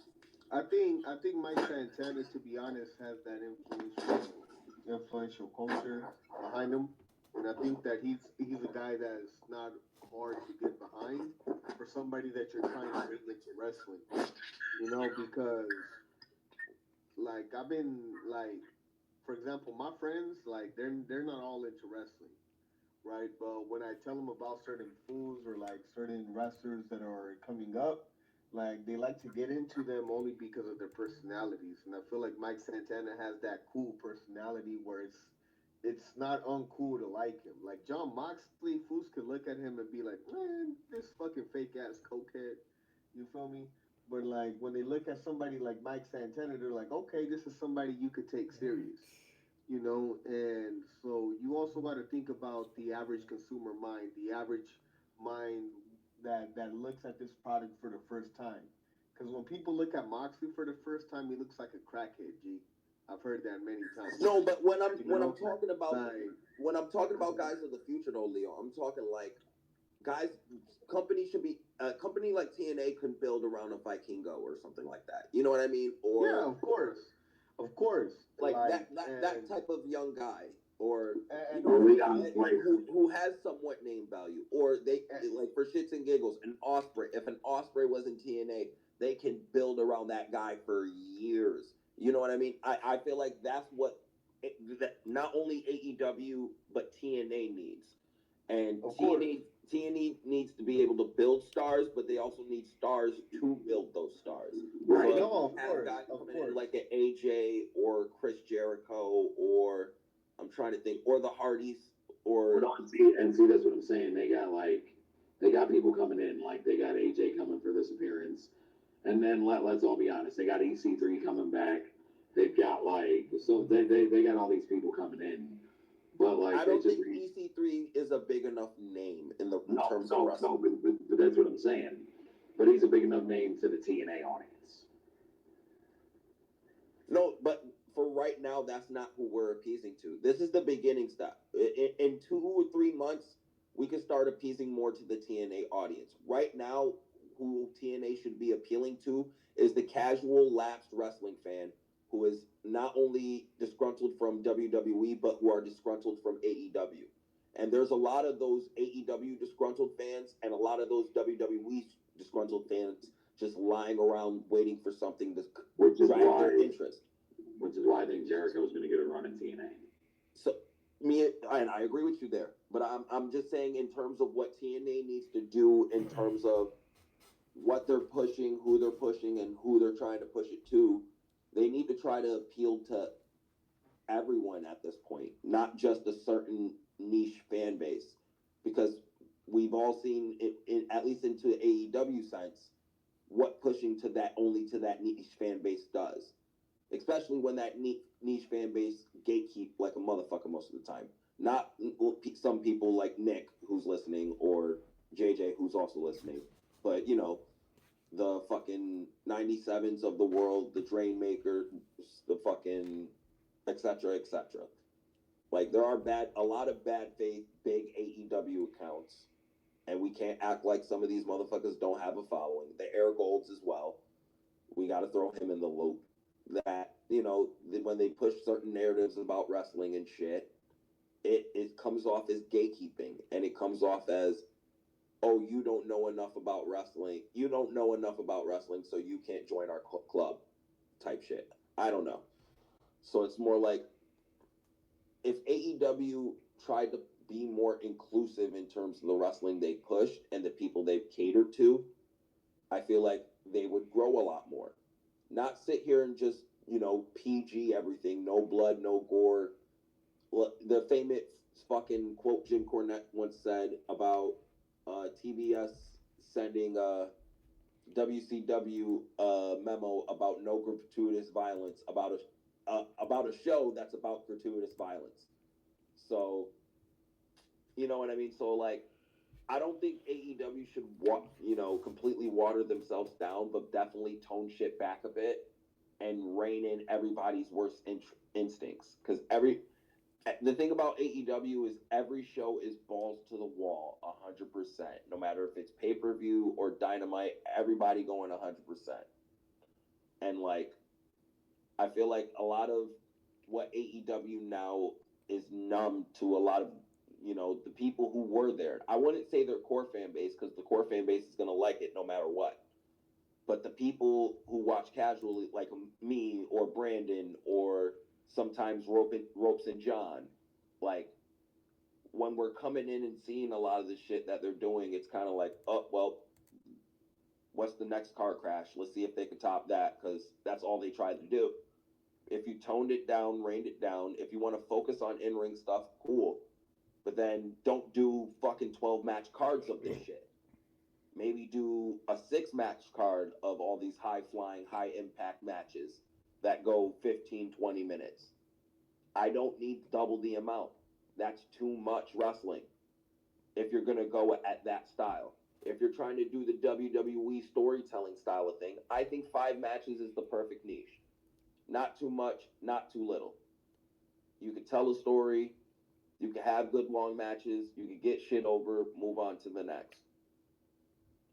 So, in terms of, and I think TNA has done a great job, at least did a great job last year of being that happy medium. They were putting on 5, 6 match cards, and each of them were different. Some were storytelling based, some were let's go out there and have a match base. And then there was Mance Warner versus fucking what's his name, Sami Callihan, which was a complete and utter clusterfuck. Let's just go out there and make each other bleed and beat the shit out of each other with blunt objects, and whoever's standing last wins.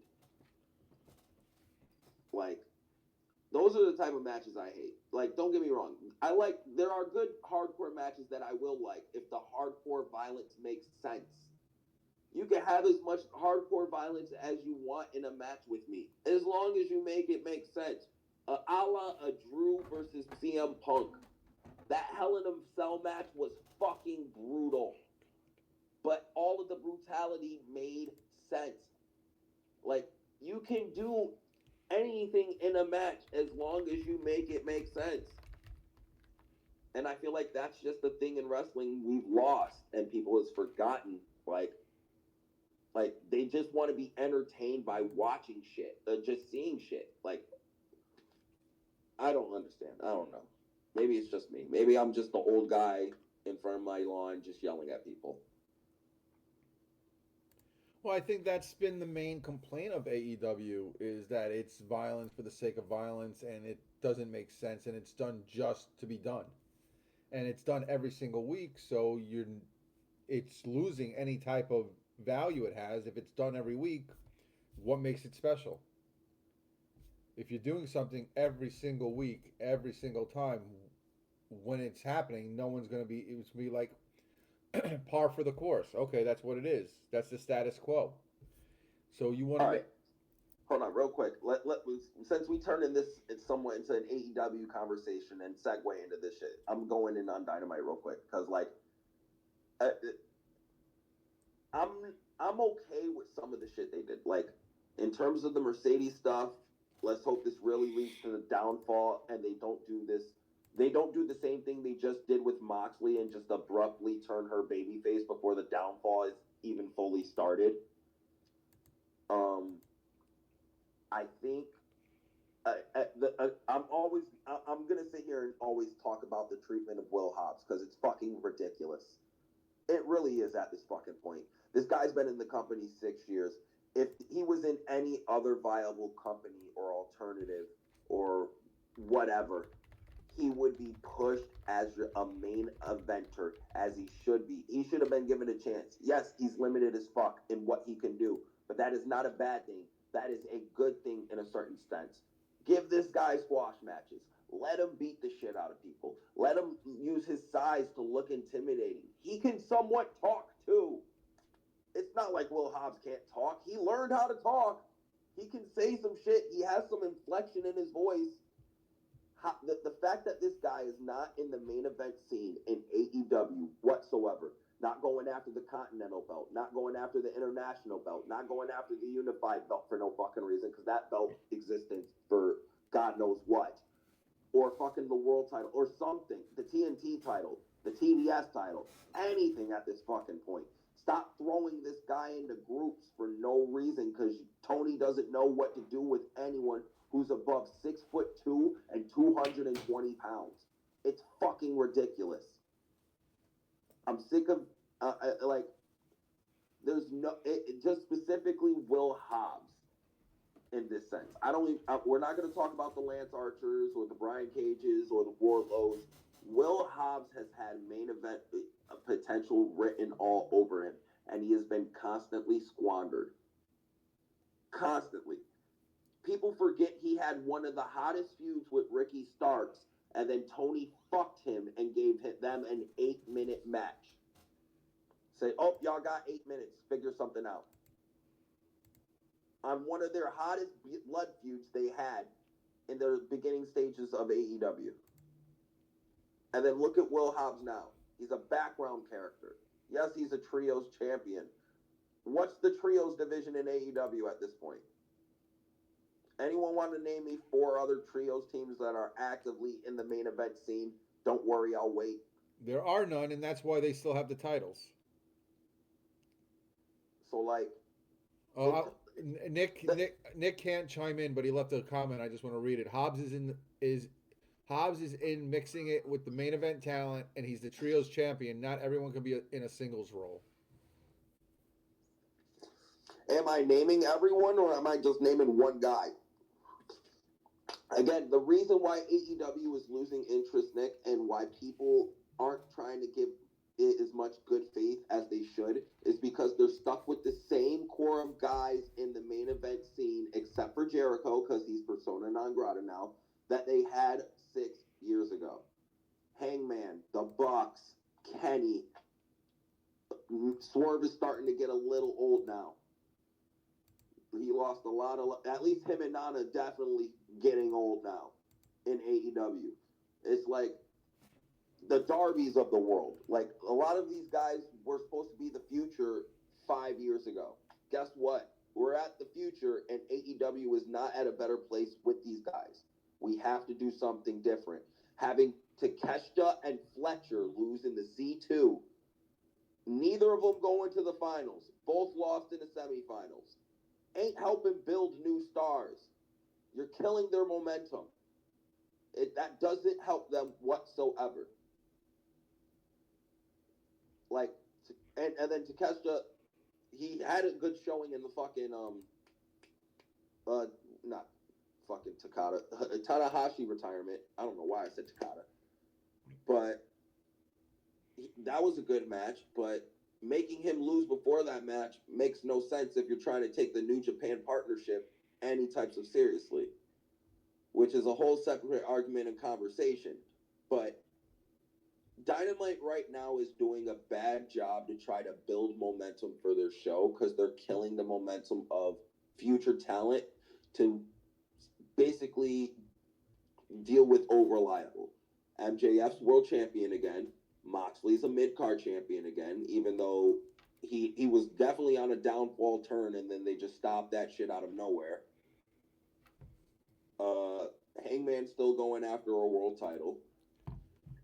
Nick, here, wait, DJ. Nick says the reason why they're losing interest is because they weren't putting on week-to-week stories that made sense. Takeshita and Fletcher losing seems to be part of an overall story. That's his excuse for every time AEW does bad, and this is true. And I'm only saying this because Nick isn't here to argue with me about this. But every time AEW does something bad, he always hits me with it's the overall story argument. That was his excuse for Moxley for fucking months. Well, I'm gonna, and then look how that overall story turned out. I'm gonna back him up on this for a second because they did have a backstage last night on Collision with Fletcher and Don Callis about the cheating and this use of the screwdriver in the C2. So he may not be completely off when it comes to, there is an underlining story between why they lost. Just to play devil's advocate. I guess, but it still doesn't make sense in terms of their presentation and their trajectory. Again, it's not like you can just sit here and one day decide, all right, Kyle, you're going to be my new top guy, and you're gonna get over. That's not how it works. You know what I mean? You got to ride the tide when the tide is rolling. You know what I mean? Like, Fletcher was on a roll. Like he could have definitely used winning that Continental Championship way more than Moxley. Way more. And Takeshita and Okada, they've been teasing that match for months. And Okada to just beat him in a fuck finish in a match where it's not supposed to be any fuck finishes, And now which it kind seems of kills the whole thing of the tournament. and now it seems like they completely dropped it. Unless I missed some Completely. unless I So, missed like, something, I don't think they've even gone back to the fact that they've had issues the last, 6 months. they were too busy with dealing with, oh, wait, we can get Andrade back. Your 90 days is up. Let's go. Let's do Oh, breaking news, Andrade will be in the Royal Rumble this year and he will be at All In London as well. So, Andrade will be, jumping back and forth multiple times. this. So, like I said, Dynamite, I thought this week was a C minus show. No, actually, I lied. D plus. It wasn't. It wasn't the worst show ever. It wasn't terrible. They accomplished nothing except give me more questions, and most of them are why. Why are we doing this? The Kenny MJF stuff, I'm okay with for now, because at least it's something for MJF to do that's new, interesting, and that people want to see. People want to see that match, even though Kenny is not what he's supposed to be. A Kenny Omega MJF match with MJF leading a Kenny in that match. If Kenny Omega has an MJF match, it could be amazing. But if MJF is forced to have a Kenny Omega style match, we're fucked. But those are my positive and negatives of AEW Dynamite and my spiel. How did you feel, Brandon? I didn't think it wasn't a show that kept my interest. You know, the MJF stuff was the best. I don't Bandito. He's good, but he needs a new finisher. And I was having this conversation today. The fact that MJF was bent over like a dope for 30 seconds while Bandito was playing to the crowd just to set up his finisher, it's stupid. It looks so stupid to me. But otherwise, I honestly I can't even. It's Sunday. I can't even remember anything else that happened on Dynamite. So that's not good. If you can't remember something that happened on a wrestling show 4 days ago, you're doing something wrong. It's not like I said.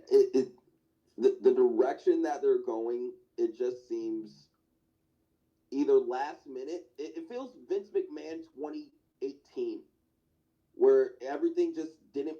It just seemed last minute. Everything just seemed to be thrown together to try to make sense of something at last minute. It's not. It's not.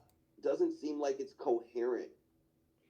And in terms of doing things that are interesting and that will gauge interest, not cater. There's a difference between catering to people and trying to gain interest. Like right now, it just seems like Tony's just trying to cater to what he's got left because he doesn't think he can get anyone else. And I said that I actually said this last week. I feel he blew his load last month on the C2, and now he doesn't have anything. Because ever since the C2 finished, they don't seem to be having a direction. We got Hangman and Swerve teaming up after being death enemies. And didn't they say that they're only going to team up one time, and now this is like the second or third time they're teaming up?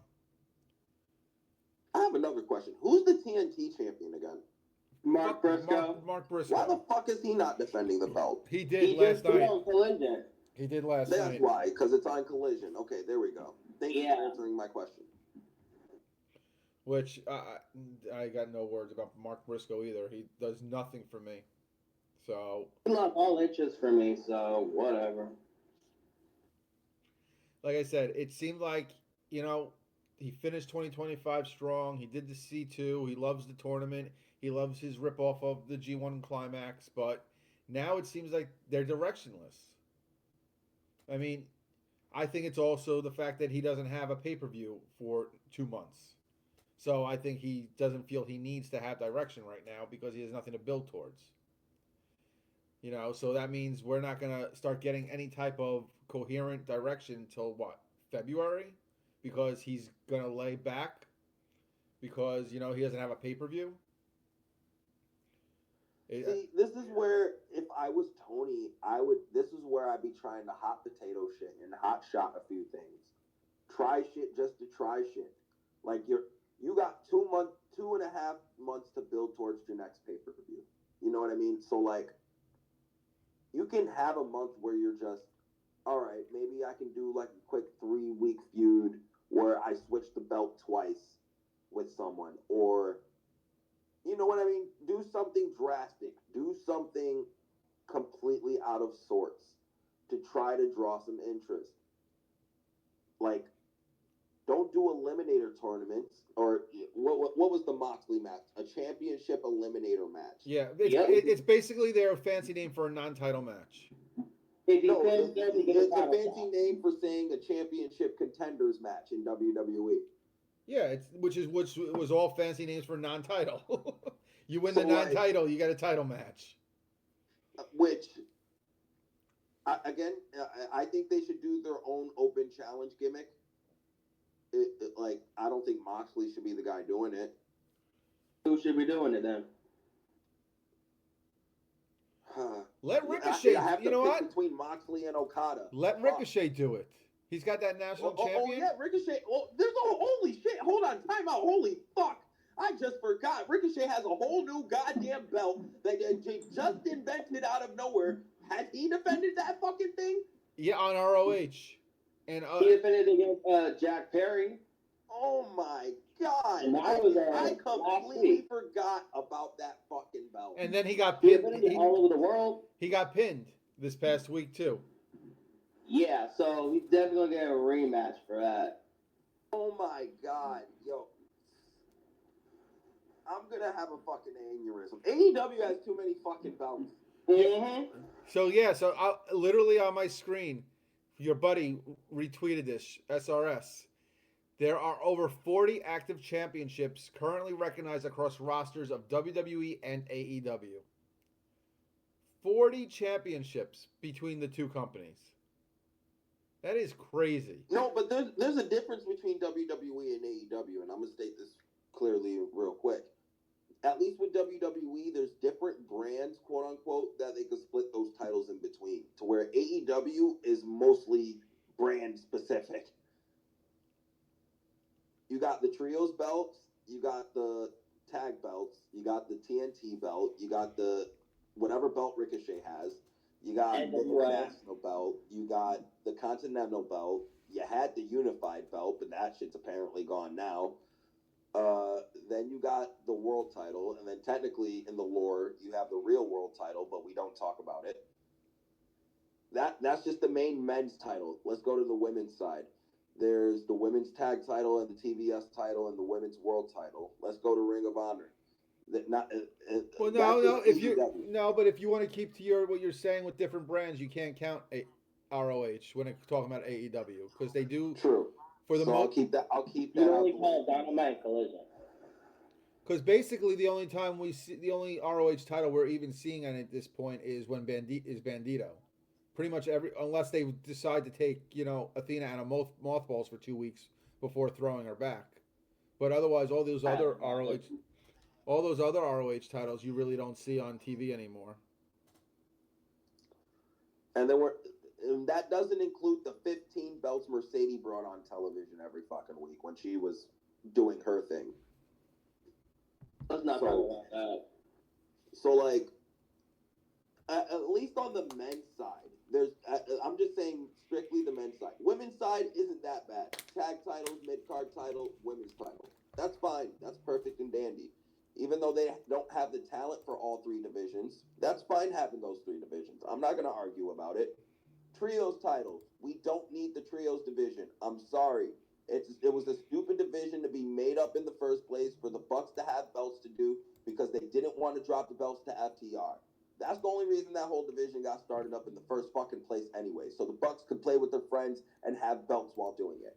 So let's just get rid of that right then and there. International title is fucking useless. Even though it has a better lineage than most of the other AEW belts, there's no reason to have it if you have a national champion. Why have a national and international and a continental champion? It's kind of fucking stupid. So international can go because Well, it's the oldest of the three. I just approved Nick to speak, so let's get him in on this. Hold on, let me just finish this quick belt spiel, and Nick, I'll toss the lob to you. So continental belt, it could stay because Tony loves tournaments, and why the fuck not?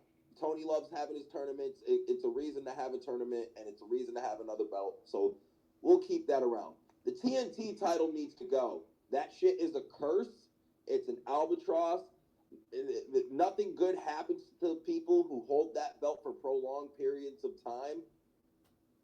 So we can go down the lineage and we can make valid arguments that that belt is cursed. So let's just cancel that shit. Besides, no one's really watching fucking Collision on TNT anyways. So we only need one channel specific fucking title on the entire roster, and the TBS title needs to be it. So we'll get rid of the international title, get rid of the fucking TNT belt. You can keep the Continental belt, you can keep the national title, because apparently those two things are different things. And then the world title. But go ahead, Nick. What's up? I hope you're alive. I'm alive. Oh, you just sound down. Oh no, I'm good. What are we yelling about? AEW having too many fucking belts. Absolutely. And especially so they have too many belts and don't know what to do with them all. And it's ridiculous. Like I said, I was bitching because I just forgot fucking Ricochet has the national title. Yeah, I mean, they do have, I think, way too many titles for their own good. I've said it. How many times have we come on a space and I've said it repeatedly? They need a brand split. It's time. They're introducing all of these belts. They're signing new members and new people. You need to make the shows an attraction. You can't, and yeah, like I think the days of one roster is over. I mean, yeah, they're doing it right now, and you can see it. There are definitely brand specific stars, but we need a hard brand split. I think it's time. We need something new. Yeah, I don't know. Like, yeah, I would definitely merge some of these titles. I mean, I don't know why you needed. So the Continental Championship, I think, should be, if you're trying to make it a round robin tournament. I mean, hey, you're a partnership with New Japan. If you copy them, it's fine. Make the Continental Champion just a trophy to have, like the Owen Hart belt. Like, you don't need that. Doesn't need to be a title. It should be. If Maximum Carnage will be a thing from here on out, instead of having the Dynamite Diamond Ring, you should just have the C2 winner either get the C2 winner should get the championship match at World's End. The Dynamite Diamond Ring should be I don't know. You definitely have too many titles. It's overbearing at times.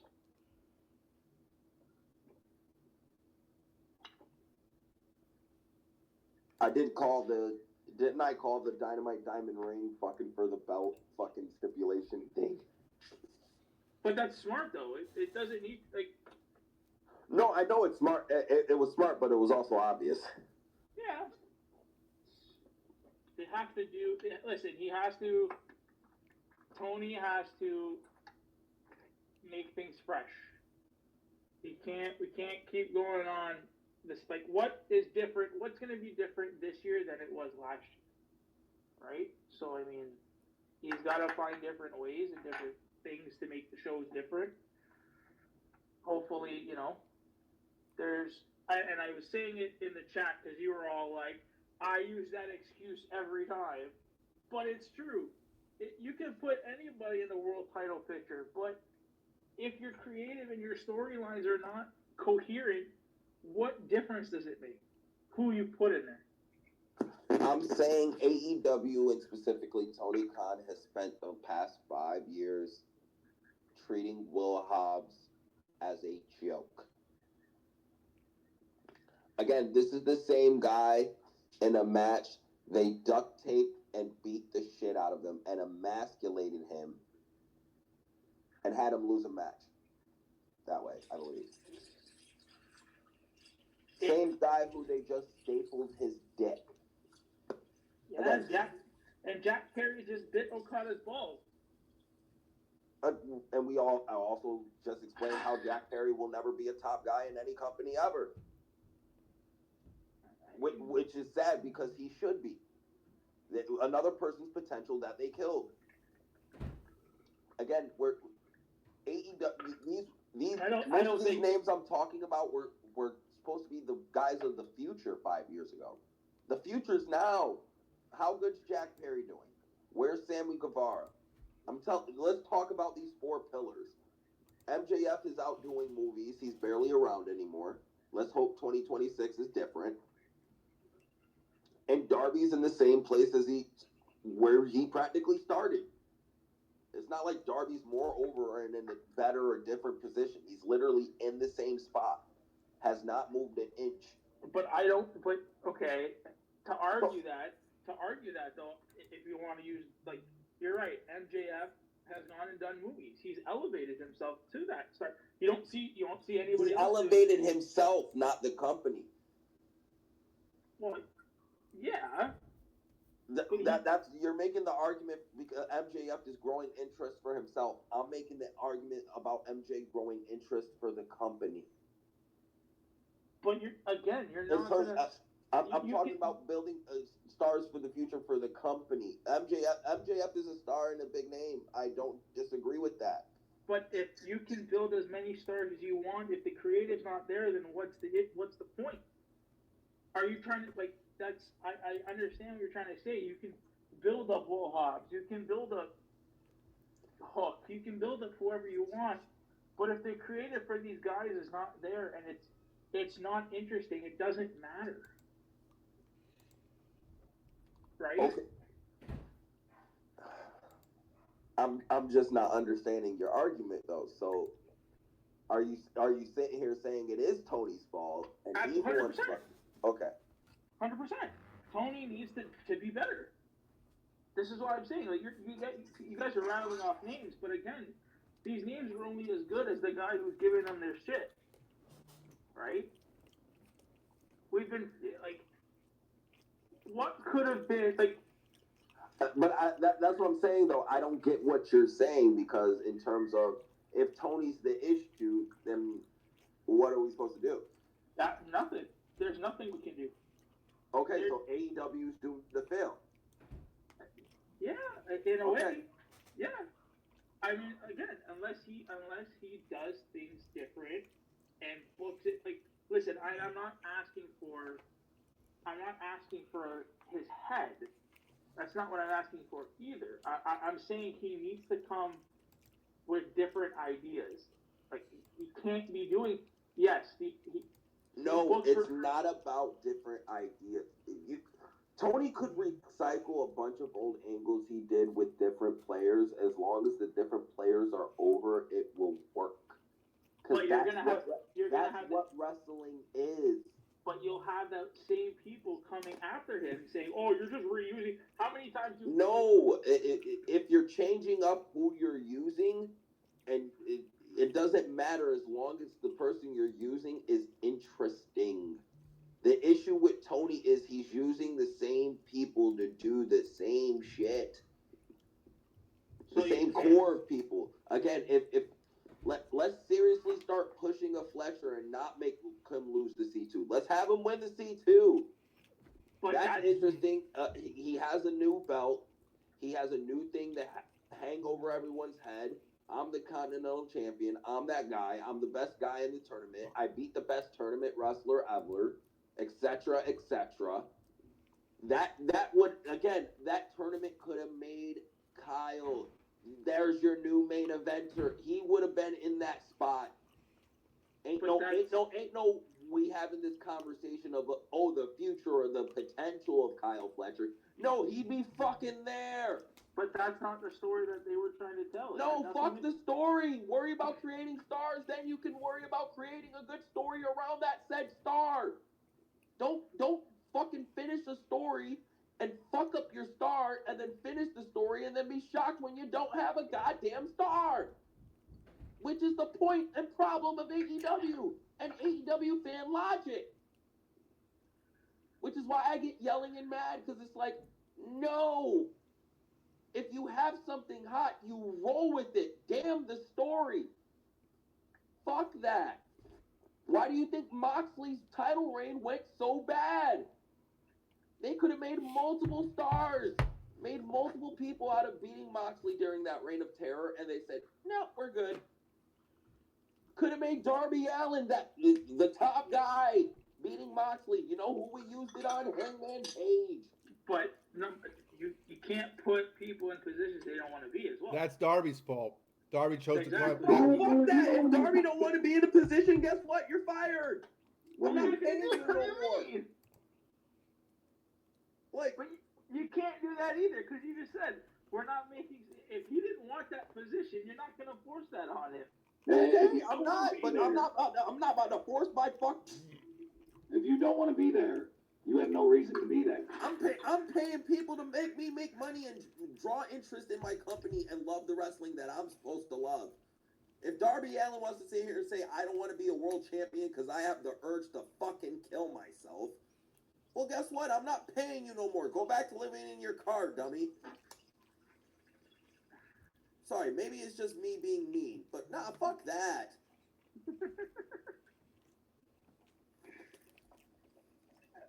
Listen, like I said, you have listen. At the end of the day, you have to put people in the best position to succeed. 2025 wasn't that. Hopefully, 2026 is better.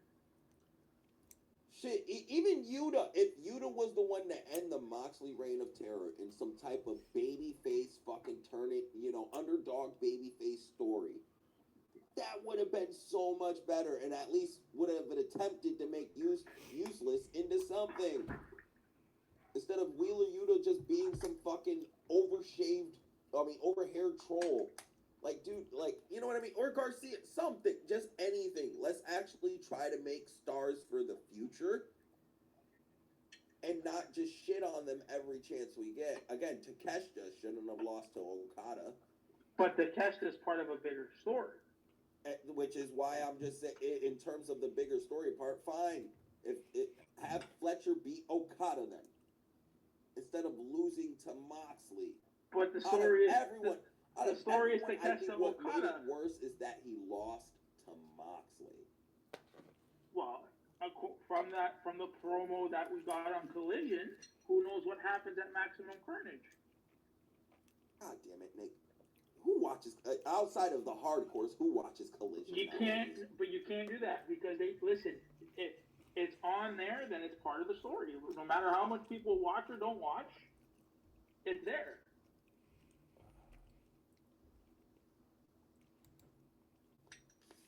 All right, Brandon. DJ. Okay, Dylan has his hand up. Hey, DJ. How do you feel about Drew being the WWE champion? I want to hear. What were your thoughts when you saw that? I mean, I called it last week. I said it's the right thing to do. Yeah. Like, how did you feel when they went about it, like with the Jacob ending and stuff like that? Did you enjoy that, or like you just weren't really a fan of it? Like, how did you feel about Jacob being involved and stuff like that? It elevates Jacob. You're asking the wrong guy in terms of trying to have a non-biased opinion, because it's completely biased. Like, in terms of Jacob, he needs to be elevated. He's had top guy potential from the second he walked in. In terms of him being involved, it was the perfect thing they needed to do for Cody. Cody doesn't lose clean. He has a gripe out and a chance for a future rematch if he wants it, but he's not going to get it because they've already set plans for Drew's next opponent. So Cody's going to probably be in the Rumble, which is, again, a good thing because it gives more star power for the Rumble. And Jacob and Drew isn't finished yet. They'll probably tease that down the line at some point. That could be a Mm-hmm. potential WrestleMania match, which again would be great. But in terms of what I want for WWE future, I want Gunther and Drew at Mania. Have Gunther win the Rumble. Have him and Drew feud it out because the promos between them would be great. What are you The trying match to would say? be phenomenal, and those are two main event caliber talents. Yes. You go heel versus heel. Drew's not really a full heel. He's a tweener. Like I think, and I think you can get away with a heel versus heel with Drew and Gunther because as much as a prick Drew is, he's a likable prick. And you can do it without fully turning him babyface. He can go back to being a heel in the next match and all that. There are very few times in a heel versus heel match where it works because the personalities in the match. You know what I mean? Like, say, for example, if you had Flair versus Lawler in a match, a lot more people would cheer for Flair than they would Lawler because Flair's the more likable heel. But the personalities of the two, you still would want to see the confrontation. Does that kind of make sense? Mm-hmm. I mean, it's kind of AEW-esque. I don't agree Because with that. I think sometimes you can get away with babyface versus babyface or heels versus heels if the story and the context of the story is right. Drew and Gunther have enough history and have enough. They're both over as heels in different ways. Like Drew's over as a heel because he bitches about everything, to where Gunther's over as a heel because he's more arrogant.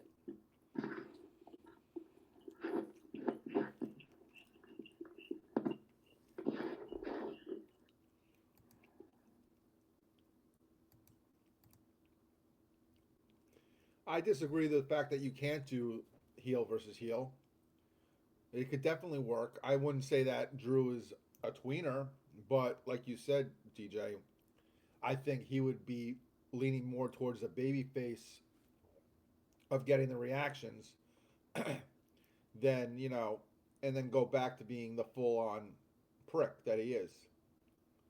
Almost like how they kind of turned Shawn Michaels heel against Hogan, and then he went right back to being a babyface just because they needed it for the story.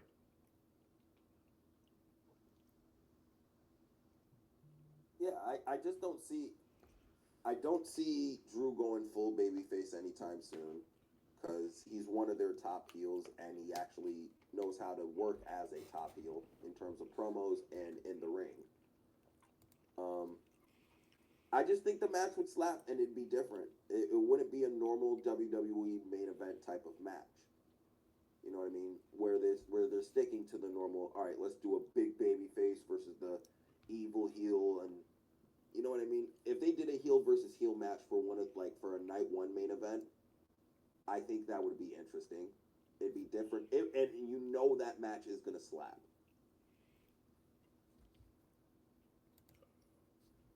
Well, yeah. How about we end it up with our sicko soapbox? All right, you go first. I want to hear who you got because you didn't tell me, or at least I don't think you did. Who do I got? I got the guy who thinks he's the Shield for AEW. I got the guy. Son of a bitch, that was my pick. All right, I got it back up. I got the guy who now upgraded himself to being AEW's force field. This condescending, disingenuous, hypocritical prick who I cannot stand and doesn't have the balls to block me or mute me. Despite the fact that he claims that he doesn't do it because he's a pussy, I prove that he does because there's people that are blocked by him who can't respond when he starts going on his shit.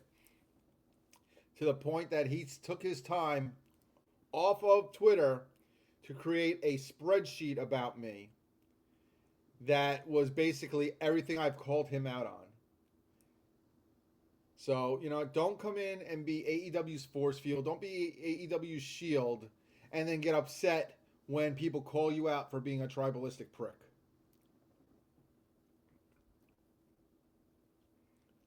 And what about you, DJ? Who's your backup? Unless you got something to add to that. All right, no. So my backup for my Sipco soapbox of the week, you're not going to be surprised. I usually wouldn't go off on this tangent, but you know what? He struck a nerve. Everyone's favorite attention whore, voice of the marks, WWE neckbeards, whatever one of the 17 fucking accounts this motherfucker wants to stalk me on. This has been almost a year-long fucking stalk section, fucking motherfucker drinking haterade on me. I just want to get this off my chest because this motherfucker tried to sit here and say this week that I had something to do with all of his accounts being banned, or I told people to report him, or et cetera, et cetera. And I hope this fat fuck listens to this at some point because he seems to be obsessed with you as much as he's obsessed with me.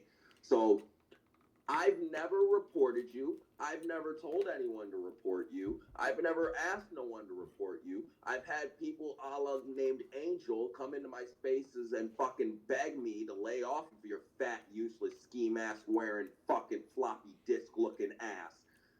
To not beat you up, to just drop it and let it be.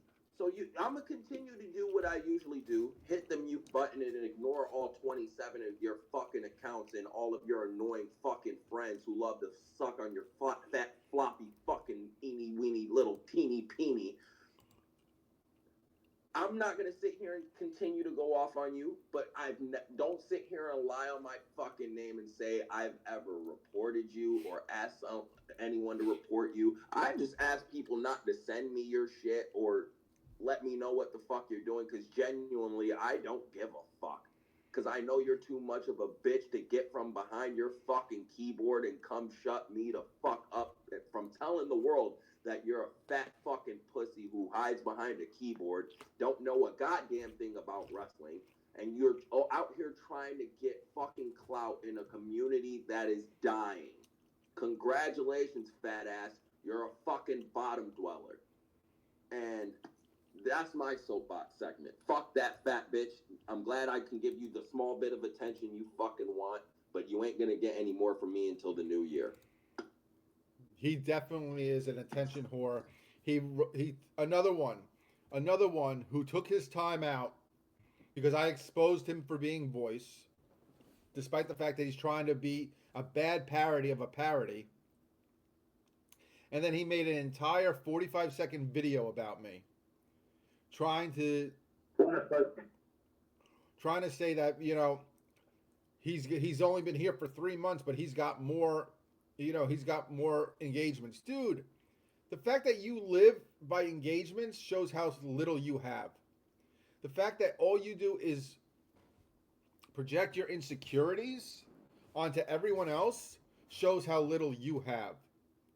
So if getting 100 likes makes you feel better about yourself, if having your little sidekicks and your Muppet Show mutants, rub your shoulders and pat you on the head and tell you you're a good boy, congratulations, buddy. You won. Great job. None of us care. None of us want to deal with you. And I guarantee you, it is now the 11th of January. I doubt you'll be around much longer because you're going to let yourself get in your feelings again and you're going to get yourself in trouble and someone's going to boot you again. And I will be there to laugh at it because you're a loser. Like I said, I'm not gonna talk about him anymore in the future. You got your 5 minutes of fame, bitch. Enjoy it, clip it, record it, send it to your mom, your uncle, your sister, your best friend. Jerk off to it for all I give a fuck. I don't give a shit. Just leave me the fuck alone. Stay out my mentions and stop making up accounts so you can fucking try to harass me because it's fucking annoying. And I think yeah, that's my soapbox segment. And as far as AEW Shield, he's just a whiny bitch. And anyone who has to name themselves AEW Force Field has never touched a fucking vagina in their life. The funny part is he says that I'm rent free. I'm rent free, and in his head, I can't stop talking about him. He literally took shots at me, and didn't even have the balls to tag me to you. That motherfucker probably lives at home in his mom's house rent free. So don't take anything that little bitch says seriously. He's fucking Canadian. What do you expect? There are some nice Canadians. Nick's Canadian, okay? There are nice Canadians. Well, he's on a Bret Hart level. He's on a Bret Hart level. And like I said, anyone who associates with that fat fuck and tries to use that, even engages that fat fucking in any type of positive way, you're a fucking moron too. And I'm specifically talking about any of the fucking idiots who are out here taking pictures with that fat bitch in his ski mask. Because the last time I said that shit publicly, someone got their feelings fucking hurt, and I don't care. You're a fucking moron if you took a picture with that fat fuck in a ski mask in 90-degree weather. Fucking that's I can't anyway. I think that's pretty much it for the week, right? We got something? Anything else? Nah, TNA. We tackled all the companies. Yep. Herm, nobody can say we're out here just bashing AEW. We talk about everyone. Herm, you got anything to say? You wanted to speak, but you never raised your hand before we get going. No, I think I'm good. Anyone else? Herm's probably going to have a space at 8. So if anyone wants to go there and mess with Herm, go there at 8 o'clock. Just join in. Have like 50 people join in out of nowhere. That would be fucking hilarious. All right, so I guess that's it, and we'll be back next Sunday. Hopefully with better shit and less me yelling. No, you yelling is the best part. Anyone listening, we are also on YouTube.